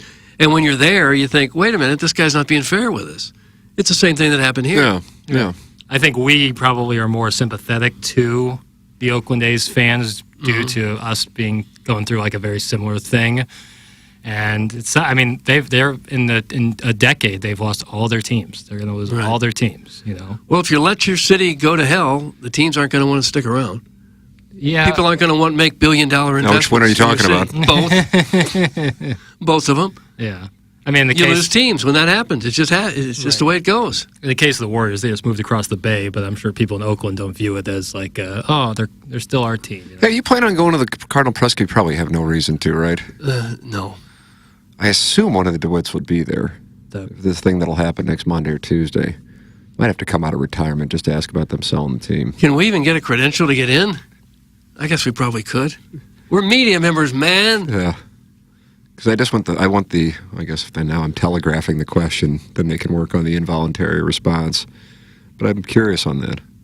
I don't know. So anyway, that was just a brief thought. Yeah. Well, from the A's owner point of view, he's moving from a broken down, crime-ridden city with a horrible stadium, the worst stadium in baseball, to an up-and-coming, exciting, low-tax state in one of the most happening cities in America. He's probably thrilled. And the rest of the country sees that as, sure, why wouldn't you go? But when you're there, it really hurts to lose your team. It really hurts. Doug, if you want to make a bet, you got an opportunity here. The A's are never moving to Vegas, and I will take on anyone who wants to bet me on this. That's from a gaping stepdad. Why wouldn't they move? Gaping stepdad, call in 636-9004-TMA, Collier and Thompson phone lines. I don't know. I would think the rest of baseball would be happy with the team in Las Vegas. I think Major League Baseball would be really happy with it. You still got a team in the Bay Area, which is a very large market. Yeah. And now you got one in another area where you've got about 1 million tourists there every day. I think also, like I said, like us being sympathetic to them, part of that is understanding, like you just said, like on the surface, it seems like a no-brainer move. But like when you're in there, there's always way more detail to it, and certain things are done or not done, and that can really hurt fans. And so we don't know the full situation, just like people from the outside didn't know the full situation of what was going on in the St. Louis Rams move. Will they have a basketball team soon? Who? Vegas? Yeah, I would bet in the next 10 years. God, they went from no sports to They'd have all four of them in like 20 years. Yeah, they have soccer too, don't they? Soccer and the WNBA. Yeah, gosh. Our last game is Thursday there. It's a day game. Tickets are expensive, like $65. Later in that clip, they talk about how, of course, he raises prices for the last game. Baseball is a real good test on how much support you have from the community. Yeah. Because any city can support a twice-a-month NFL game. Just about any city. And hockey and basketball a little easier. Yep. But when you start talking about 81 home games, some of them at inconvenient times. Right. Some of it, your team is out of the race in August. Yeah. It's hard. And you talk about hockey and basketball. A lot of times people can go to those games looking for stars in the other team. Outside of Ohtani and Judge and Soto, like there's not a ton of guys in Major League Baseball who are like, oh, we have to go bring the family down to the ballpark to see this guy. Whereas, like, if McDavid was coming to town, you absolutely would want to go see him. Or if, Kevin Durant or Luka were coming to town, you want to see them. Vegas is different than most cities because you got an awful lot of people there looking for things to do, and maybe you don't want to go to the casino every night. Yeah. Or a show every night. Yeah. Yeah, I always talk about, like, you plan around your favorite team playing in Vegas. Like, if your favorite team has a weekend series in Vegas, that's when you and all your buddies go to Vegas. Yeah. Or even if you're from a place that doesn't have a major league team. Sure. It's your chance to see a game. Yeah. I was back in town for the first time in forever a few weeks back, and I stayed in Clayton, but I had to go downtown for a little. What happens to downtown St. Louis when the Cardinals eventually move west? Thanks. It's Mario in Chicago. It'll look like East St. Louis with taller vacant buildings. East St. That's where we're headed. Don't give up. I've given up. Sorry, it's too late for that. Yo, hey, I do like that friendly chicken, though. Yeah, I do too. There could be absolutely no reason to go downtown. You could possibly turn some of those empty office buildings into apartments, but why do people want to live there? There's not a store. The restaurants have pulled out. There's not many businesses down there anymore. Unless you're going to be a Cardinal season ticket holder and say, wow, isn't it cool? We can walk to Busch Stadium. What other reason is there to live there? Look at the river. That's not much to look at. Gaping stepdad dug on his bet. The situation's reaching a point where MLB will intervene and force Fisher to sell. The A's go back to Oakland. MLB gives Fisher the expansion team in Las Vegas, and the Vegas locals are not happy about inheriting a team from a notoriously cheap owner. It's from a gaping stepdad. That's his reasoning. Why would MLB force him to go back to Oakland? Well, where you don't draw and you don't have a stadium. I think that they're thinking that they might if they have a different owner in Oakland. That won't help. Humble brag incoming. I'm in Vegas this week for work, and they are talking about putting the MLB stadium on the Strip. Discuss amongst yourselves. Don't tell us what to discuss and who to discuss it with. That's been going on for a while. It's a couple years old. Yeah. But just the tax difference alone between California and Nevada is monumental, especially if you're in that kind of bracket.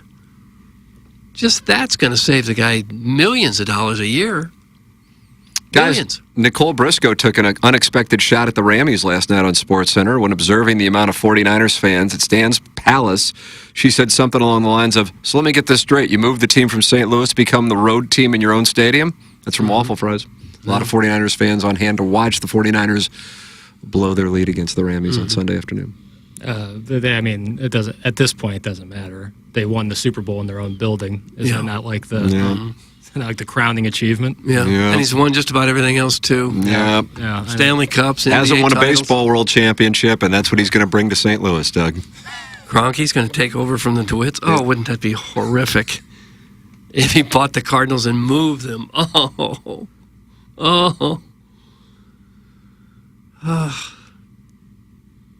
Is he even talking about buying a baseball team? He doesn't talk. He's incapable of doing it. Yeah. If he does it, it'll just happen. Mario in Chicago is back. I live on Washington Avenue. Oh, I lived. He didn't include that. I lived on Washington Avenue and worked downtown in 2010 and 2011. There were 3 places to get lunch, and the grocery store closed at like 4 on weekdays. I think we could fill some huge apartments down there with some right messaging. So you live there for what reason? Is there nightlife there? Are the schools good there? Is that where you're working? No, where he said I lived there in 2010 and 2011. Right. That's when I lived there, too. But it said with the right marketing, people might come back. It's not going to happen. Probably not. No, not probably. It's not going to happen. It seems like there's no reason. It seems like your price is low. Everybody thinks everybody's not on it, and then you move in there with some dollars, and then you build it up. I'm not saying this is likely. I think the key is leadership, both with the county executive and the mayor, and then the alderman. But I think the key is the people. People aren't afraid of the county executive and the mayor. They're afraid of the other people walking the streets down there. They're going to put a bullet in their brain. That's what they're afraid of. And that's why people aren't going to move down there, because it's dangerous, or at least perceived as being an extremely dangerous place to be. Doug, next time I'm in the Lou, we can go for a late-night walk down by the Mississippi. Yeah, good luck. In between dodging bullets and speeding Trackhawks, maybe you can sneak a pinky in my stinky? Nah. That's some sweet, sweet guy. That's Jackson's buddy. He wants you to finger him. No. Come on, Jackson. Well, I do. Tell your friends better. Oh, I'm gaslighting you. Oh. I can't speak for him. Or his digits, or yours. I think you could go to most every other country in the world, and you'd have trouble finding places more dangerous than the St. Louis riverfront at night. I could find you some places. A few years ago, my company had a national leadership meeting in downtown St. Louis. People were there from all over the U.S. They were very confused on where the people were, like absolutely dumbfounded. Like a dude from Boston wanted to fight about it. That's some scooter. What did he want to fight about? I want to know what he wanted to fight about. Well, if you stayed in a downtown hotel, like where would you say, hey, let's go walk and find a nice restaurant? You could get in a cab or an Uber and go to the Hill or someplace and find it, Central West End, but not downtown. No. So what are you there for? Hanging out. I don't know. Hanging out I'm to not do going. what? I don't live downtown. This is sweet, sweet Kai. Why don't you live downtown? I live in the city. Why don't you live downtown? Another week or two. Why don't you live downtown? Why don't I live downtown? Yeah. I don't want to. Exactly. Why don't you want to? It's too far from everything. Exactly. Everywhere I go, there's nothing there anymore. There's a Cardinal game and a Blues game. I wasn't saying. I'm just telling you why. If people your age are not moving down there, they're sure as hell not moving down there at my age. Yeah. Well, yeah. I don't think that was ever the concern. But Chairman Steve is. Yeah. Chairman Steve. There you go. Seward. You're not considering that downtown. No. Okay. Not really. I mean, it's not too far.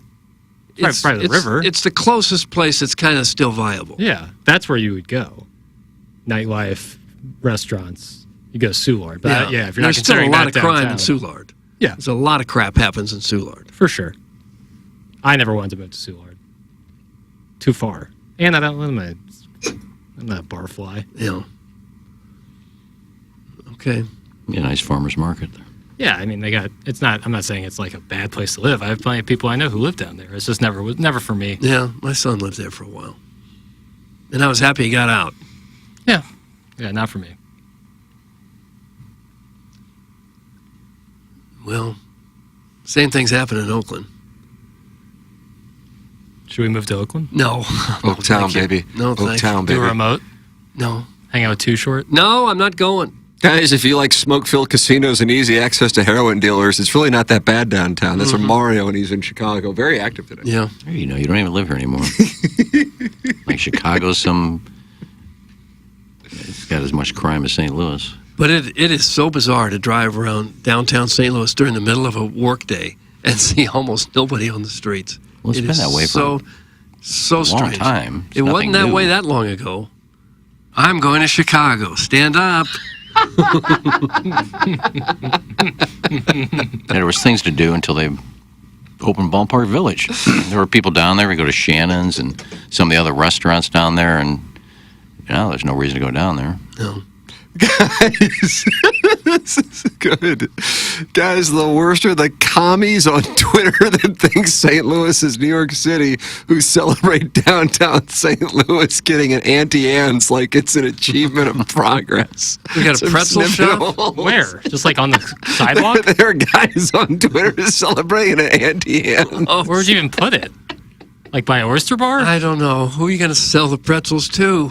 And it's a sign of progress. And we got an Auntie Anne's. I will say, I have to say, and I think you were still KMOV at the time, one of the more alarming, like if you were looking for a red flag a decade plus ago, the celebration of the IKEA coming to town was a stunning moment for me as a native St. Louisan. Right. Wow.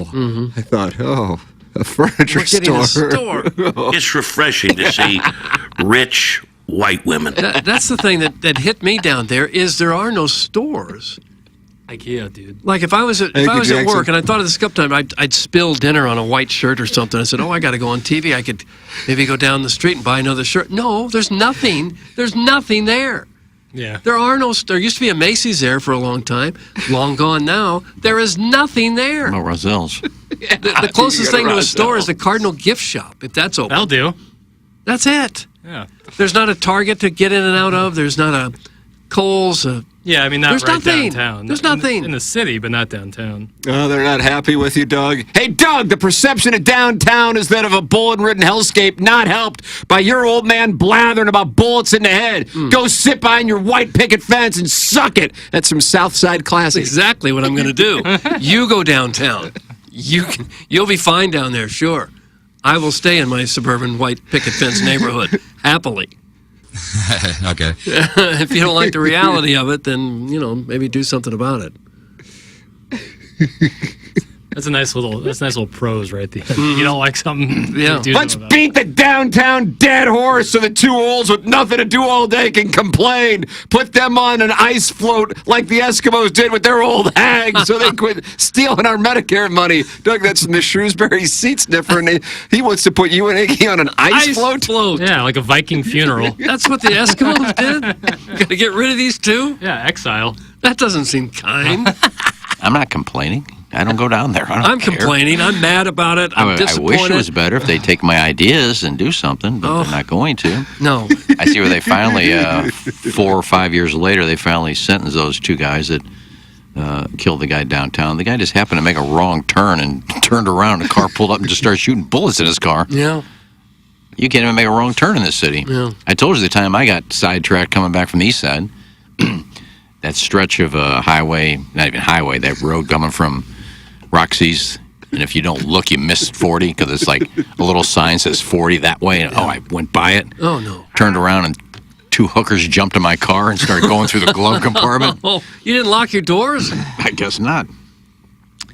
So I had to turn around on the gravel, and these 2 hookers came out of nowhere, jumped in my car, looking through my glove box. Want a party, honey? In my glove box? What are you doing in my glove box? Like they were looking for a gun? And then I see this big dude, about 6'4", about 280, walking up behind the car. I just said, you either get out or you're coming with me. I'm going. And I start kicking her out of the car, and I start driving away. Probably saved your life. It was, because that's what they do. They just kill you, throw you in the weeds, and take your money. Right. She was probably looking for a gun when they looked in the glove box. Or a wallet or something. No, probably a gun. So you can't even get lost in you can't. No, you better just not. Keep going. What the F just happened? How'd we start talking about Ken? That's from Brian Henshin. He wants everything. Well, I guess you didn't listen to their whole story. So we're talking about downtown getting lost after I talked about the guy who made a wrong turn and got killed. Yeah. Makes sense if you'd have listened. He's talking. I'm just going to text him without listening to anything. To be fair, I live in Charlotte and I haven't lived in Chicago in 10 years. Last time I visited St. Louis from Chicago and drove, someone stole my catalytic converter. But to be fair, we didn't have an Auntie Anne's then. It's Mario in Chicago. Have you ever seen Auntie Anne's like detached? No. So hold on, I want to understand this. There's St. Louis communists saying that St. Louis is actually New York City and they're celebrating an Auntie Anne's. And this is going on the Twitter tweets. I want to see these accounts. Yeah. I want to know where the Auntie Anne's is going. St. Louis is starving for a good pretzel. Mm-hmm. Yeah. That'll turn it around. I've never seen one detached from a mall or airport. Like a standalone Auntie Anne's. Yeah, it's Be like usually a- like a Yeah, supermarket, or like a mall. It smells good. Some malls have two of them. Probably like the Auntie Anne's. These people complaining about downtown have obviously never ridden a pea-scented train through the bustling metropolis for a chance to get waved at by a vagabond in a Santa suit sitting outside Al's Steakhouse. Right. That's from Al in Dadeville. That's what it's become. That's what it's become. Hey, we're better than Chicago. I remember the early 90s, we would walk for lunch from Channel 4 to the mall, St. Louis Center Mall. It was jam-packed. You could hardly get a seat in the food court. It was so crowded. People everywhere, businesses everywhere, restaurants everywhere. And now here we are 25, 30 years later, and it's just a hellscape, much of it. It's maddening. It's frustrating. It's disappointing. It's depressing. Doug, the Reddit folks really hate your takes on St. Louis. Get ready to be roasted. That's from the bastard James Hahn. You're just not living in reality. You're just naive if you think it hasn't changed drastically in a couple of decades. And it also shows that you never travel outside of St. Louis. Because if you did and you saw other cities about our size that have passed us in a big way, like Indianapolis and Kansas City and Seattle and Nashville, it's stark. Denver, it's unbelievable how far they've left us in the dust. Well, I'm pretty sure those people on the subreddit page don't leave their basement. Marvelous, Probably Wes's not. City. Yeah. Probably not. R.I.P. Roxy shower dances. That's from Doug's prison wallet. No, they no longer. Did they have an announcement? What the hell's a shower dance? Oh, wow. Oh, God, you never got to Washington Park, did you? I didn't understand how they just throw the dollars over the top and they all get wet. That's a good point. So wait, Just Venmo. so women would just get in the shower and guys would watch? Oh, yeah. Boy, that's one of the creepiest things I've ever heard in my life. Well, you're watching girls dance anyway. What's the hell's the difference? I'm talking about bathing. Chairman Kurt, I see you've done some research on this Annie Ann's thing that Jackson's intrigued by. What the hell? And again, Doug, well, didn't you say you want to know I'm what just the Annie curious Ann's? about the detached Auntie Anne. So they're saying They're calling me one of the communists. Twitter St. Louis communists, and they think St. Louis is New York, and they're celebrating Auntie Anne's to show that we've made progress. Yeah, Chairman, you've done research. What do we have, Doug? We have an exclusive here. Okay. I did a deep dive into Twitter, and there's only 2 tweets in all of Twitter that have the words St. Louis and Auntie Anne's in them. They both come from June of 2021.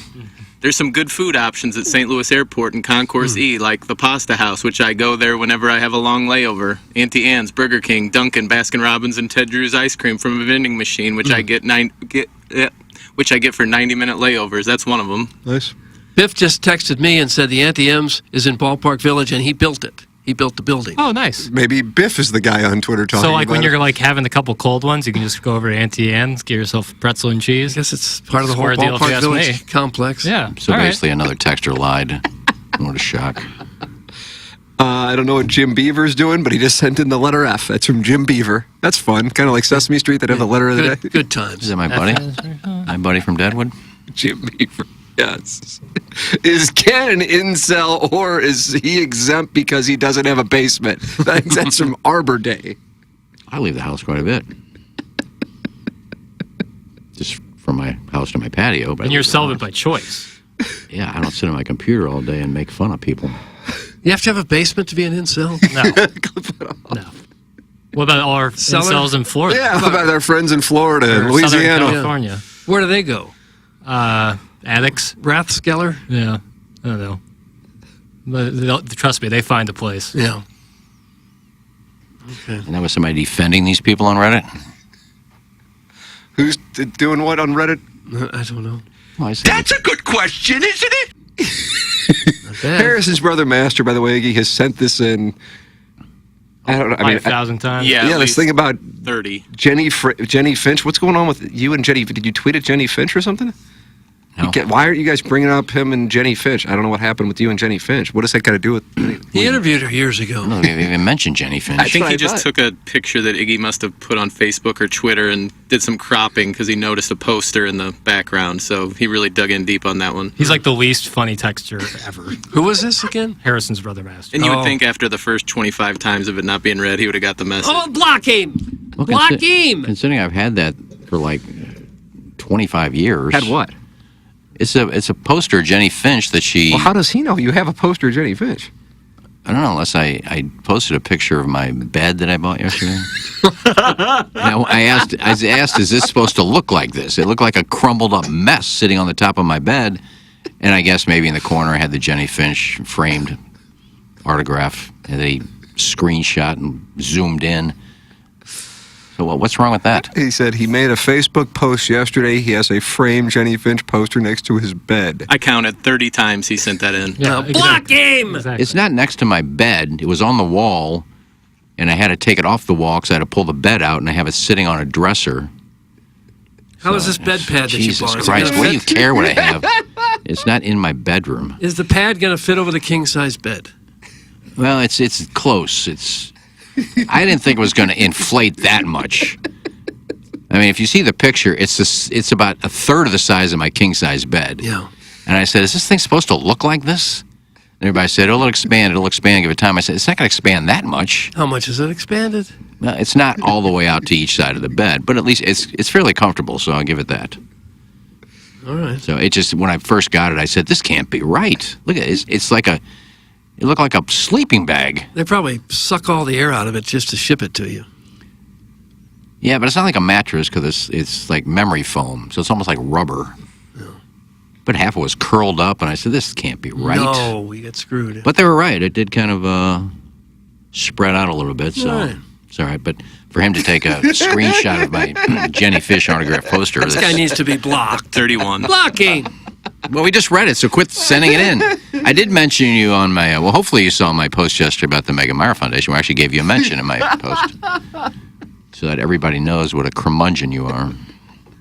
Of course, I just called you Harrison Masturbator. And where did this take place? Was it on the Twitter tweets?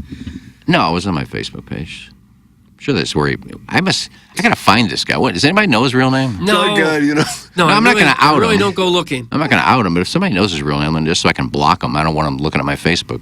Eric in the Central West End is creeped out. Jesus, he has an autographed photo of Jenny Finch in his bedroom. This drips creep. That's Eric in the Central West End. It's not in my bedroom. It's in there because it came off the wall.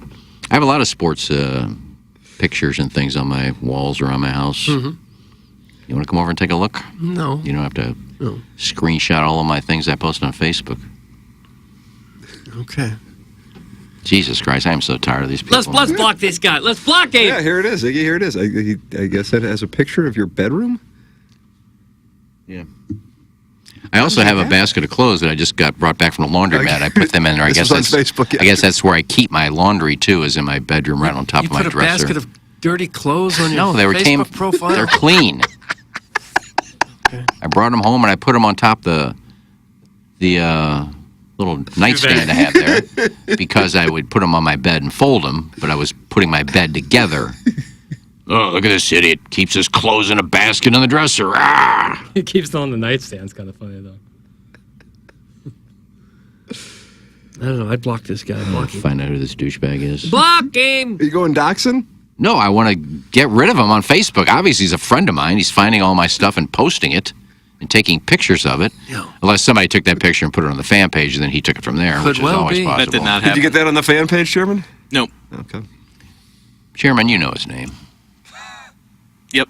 Just tell me. Do you really? Tell me after the show. I don't want to dox him. I just want to Dox him! block him on Facebook if Dox he's a him friend and of mine. block him! You want to dox him? Dox him! No, I don't do that. No, I just want to block him from everything. I got you. The only thing I'm seeing on Iggy's Twitter is Angel Reese takes. I'm not seeing the poster. That's some scooter. No, there's no Angel Reese takes today. I guess you haven't seen the Michelle Small one. That's the newest take. Yeah, that's the newest take. Although, congratulations to Caitlin Clark for winning Rookie of the Year and finishing fourth in the MVP voting. That's what you guys should do on Balloon Party. Play that Gino Ariema soundbite from Freeze, locker car! beginning of the year on Dan Patrick's, where he said these people are idiots. They think she's going to be the next coming. She can't play in this league. She's not physical enough. Some of these idiots that don't know anything about basketball think she's going to finish in the top 5 in the MVP voting. Get a clue, you idiots. Yeah, I remember seeing that. Play that now, you moron. Oh. Sorry, time is out. Yeah, that was an odd take on his part. Well, he's just another hater because he knows she's going to be better than his girl, Diana Taurasi. That's what it was about? Oh, I'm sure it is. Guys, let's recap. This was said. I don't have a picture of Jenny Fitch in my room. It's in there because it fell off the wall. Which wall? That's from the old Appleton stepdad. Which wall? Bedroom wall? I didn't say it fell off the wall. Where was it hanging? In the hallway. It wasn't in the hallway. It was in your bed. It's okay. And it's not even hanging. I don't have it hanging up anywhere. Well, take a minute to put a nail in the wall and hang it up. You can't have posters on the ground. I don't want to hang it up. Why? I think I'm giving it to Gobbleball, so I just took it off the wall. But Doug, how much are you bidding on the Jenny? knowing it's been in storage for 25 years. Yeah, it's never been on the wall. It's just been sitting up against walls and in closets. And Hang it up somewhere. You can't have posters sitting on the floor. It's framed and autographed. Yeah, take that, Jackson. Then it's easier to hang up. One nail in the wall. Yeah, I don't have any room left. All my walls are taken. Oh. Okay. And I have family pictures in the bedroom. Here's a couple family pictures and my niece and nephew. Let's hang Jenny Finch next to it. There's a rhyme and reason where I put these things. Sure there is. Feng shui. Chrissy Blake hung them all. We kind of had a theme going. It's on her. Yeah. Oh. What an orgy. And Dillian wouldn't walk in that bedroom. She did. She said She wanted to dance. Didn't she go in big there? bed. Yeah, she said, that's a nice big bed. Yeah. Do you miss that? Do you look back on that and go, boy, I miss that putt? No, because it'd have been odd. To have sex with her? Whatever we do. Yeah, but you guys are all sitting outside and I'm It's fine. I would have just 5 feet watched. away and we're all boning or getting a BJ or Oh. Doug, so vivid. whatever. Yeah. Oh, we got it. And then I would have filmed it probably for her OnlyFans account. Just for her. Yeah, for my account too. I like a little like hardcore. You do, like a dirty. What is like a dirty? I don't know if she could answer that. Who is it? That's Dillian saying that? Is that Lisa no, Ann? that's I have no idea. Random Says woman. Unknown woman. Yeah, like a dirty. How's your slide piece? What about that? That's Jekyll's Marlowe. Yeah. Those questions are in the same vein. God. Hey, mentality. Doug, if you're feeling sluggish, that could be low testosterone. Could be. If you're putting on weight and you're working out and you're going, well, that's not the way things used to work, that can be low testosterone. Decreased mental acuity, attention span, and stress can cause focus issues on even the most simple tasks. Well, Mentality is a local healthcare facility specifically dedicated to helping men feel and perform at their very best. The normal range for testosterone is large, so if you've been to a doctor and they told you that you were normal without understanding the range or testing your free testosterone, it was not fully looked at, come get checked with Mentality. Go online at lowtusa.com. I went out there, I got tested, very easy. In and out in 20 minutes, friendly staff. It's Mentality online at lowtusa.com. Boy, we're getting a lot of texts. They've been activated. Sniffing Holes is sending in screenshots of, I guess, the communists on Twitter. Doug, did you know we had St. Louis-based communists? No, I figure they're everywhere now. God almighty. They are high on downtown St. Louis, that's for sure. Yeah. Why wouldn't you be? This won't be on nightly news, but with no sports in downtown today, the Arch City Museum, Ballpark Village, and Union Station are absolutely packed. Well, why would that be? Today they are? This was sent July 22nd, 2023. Okay. Oh, I loved it. I rubbed it on myself. They're packed with people that will scurry right out of there before it gets dark. Let's see. I guess it's time for the design of your heating cooling unit. Okay. Oh, Kevin Miller with a 2-goal lead. If he wins today, this guy is sitting on the verge of glory. In 1993, long-hitting Mark Whitten hit 4 home runs in one game. Whippy-dippy-do, because Tim hit about 101 show with his hot takes today. But this email is about the first time I ever saw a guy give another guy the zoom into boom boom. An incel is a member of an online community of young men who consider themselves unable to attract women sexually. Now, look at everybody. Trying to be nice, trying to be what my buddy Butchie was in 1981. Because Butchie was an incel when incel wasn't cool. We didn't have Pokémon Go. But what we did have was asteroids. Big tournament over my buddy Tommy's house. All of a sudden, Mr. Burkemper came down to the basement all schnookered and said, "Hey, guys, there's an all-girl party at the next-door neighbors." As he went back up, Butchie went all Babe Ruth and called his shot, whipped out his Johnson, and pointed at Mr. Burkemper's assless chaps. Oh. Mr. Burkemper was wearing assless chaps? Must have been a cowboy. I know a Burkemper. Because it was Eros asteroid time. The rest of us moseyed upstairs and headed next door, all of us but Butchie, because Butchie went with the wounded deer theory. Bang the vulnerable drunk dad. And this hot drunk dad's mail-order Swedish bride, Annika, had cut him off sexually 2 days into the marriage. We all stopped in our tracks when Butchie set the tone, took his 8-track, and threw it like a frisbee into the player. Just the two of us. We can make it if we try, just the two of us, building castles in the sky, just the two of us, you and I, as we peeked through the basement window, and Butchie had him double knot hogtied. Oh. Then Butchie went to town popping Mr. Burkemper's gristle ring. Oh. In the messiest poop shoot plundering ever seen. Okay, Miller. That's from Rip, and then his last name's him up. Rip. Im Zoop. Bristle ring. Doesn't even try to fake the name anymore. No. Come on, Miller. He's your leader this month, though, Doug. I know it. Hey, boys, Pitbull Yanker checking in from Tokyo. I think I finally know what it feels like to achieve fame like Iggy. I was told I'd be gawked at because of my tall, gangly ass, but I really didn't think a white man in his mid-30s with the body type of Plowsy on stilts and a heavy 5 o'clock shadow would draw so much attention in the Far East. I've been pointed at countless times and asked to pose for photos almost daily. Cool story, huh? Also, I just read through Monday's show notes, and what the hell am I in for to start my TMA marathon? Doug takes 3 dog logs to his boy gullet at Faro, and y'all are spending 3 hours on missed kicks, ILL upsets, and Bush's fall in Hoosier attendance, and Iggy didn't speak until mere minutes before email of the day. Hey, pout, less resting bitch face, more dum-dum talk. Gosh. Pwitty, please, with jerky chicky on top. Oh, and P.S., like Plowsy, my nipple hair is out of control, but only the right nerp. Doug, thoughts? Arigato. That's from 0 days since yanking it to Pitbull. Oh.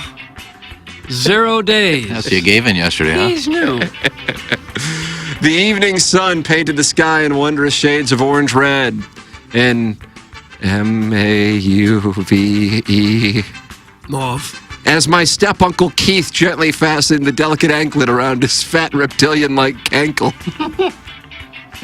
He put it on his left ankle because if he put it on his right, it would fall to the ground on account of him losing that foot to the diabetes 9 years prior. No. The simple yet evocative piece of jewelry with the charm slut glinted in the night in the soft light. A simple yet powerful symbol of his adventurous spirit. One more check in the mirror and he was ready to go. He had been invited to go to local media kingpin Puff Dougie's all khaki party. Oh, khaki? Puff Dougie and he met at Burning Man in Shrewsbury last week. They have a Burning Man there? He was nervous, sure. Who wouldn't be? He hadn't ever been with a real man like Puff Dougie. Sure, he had some man love when at boarding school in Weldon Springs. It was nothing too serious, though, just some boyish night poundings. This was the real deal with a handsome and powerful media mogul. I saw teeth to the door, and he told me not to wait up, as he might be home late. And with that, he hopped on his only foot, his left foot, right into the giant Stretch LeBaron limo and sped off into the sunset. You'll have to edge yourself in tomorrow in part 2. That's from the Trouser Arouser. Gosh. That was great. Trouser Arouser. Lots of people have asked, so here is the recipe for our famous airplane breakfast tacos. 2 dozen eggs scrambled, 50 tortilla shells, 10 cups of cheddar cheese, 15 pounds of Jimmy Dean sausage, 2 bottles of Tabasco sauce. Assemble tacos and load them into individual Ziploc bags. Do not refrigerate. Simply sling those puppies into your carry-on bag and resist the urge to eat as you wait in the terminal. If the tacos have not been sitting out at room temperature for a minimum of 4 hours, you're doing it wrong. Consume at cruising altitude and pray you're not seated near a snooty LeBron apologist from Ladue who will turn his pale nose up at your treat. This will yield 50 tacos, which should be sufficient for a 2-hour flight. I'd double the recipe for any flight over 3 hours, though. Sincerely, the Egg Taco Sky Piggers. P.S. Don't forget to leave a couple $100 on the counter so your kids can fend for themselves while you're on vacation without them, because no one under 15 should be allowed on an airplane. Doug, that's the Egg Taco Sky Piggers. Egg Taco Sky Piggers. He's new. Morn. Have you ever intentionally lost the key to your future ex-husband's chastity cage?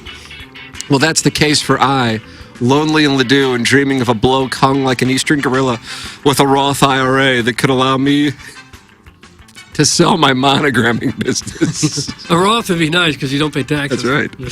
Speaking of money, how's Mr. Licks? I caught sight of that fine young family man across the polo grounds last eve. The wacko was nowhere to be seen. He's probably behind bars in Como after staying at the sorority parties too late.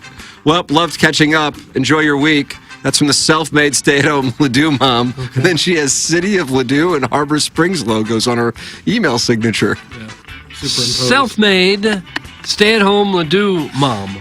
And finally, yesterday Iggy sat through 2.5 hours of the presentation without saying a word until finally weighing in with the sentence, "I don't know why people bitch," as he introduced a contrarian take in defense of skypigging, followed by a declaration that he don't think people under 15 should be allowed to fly on a plane.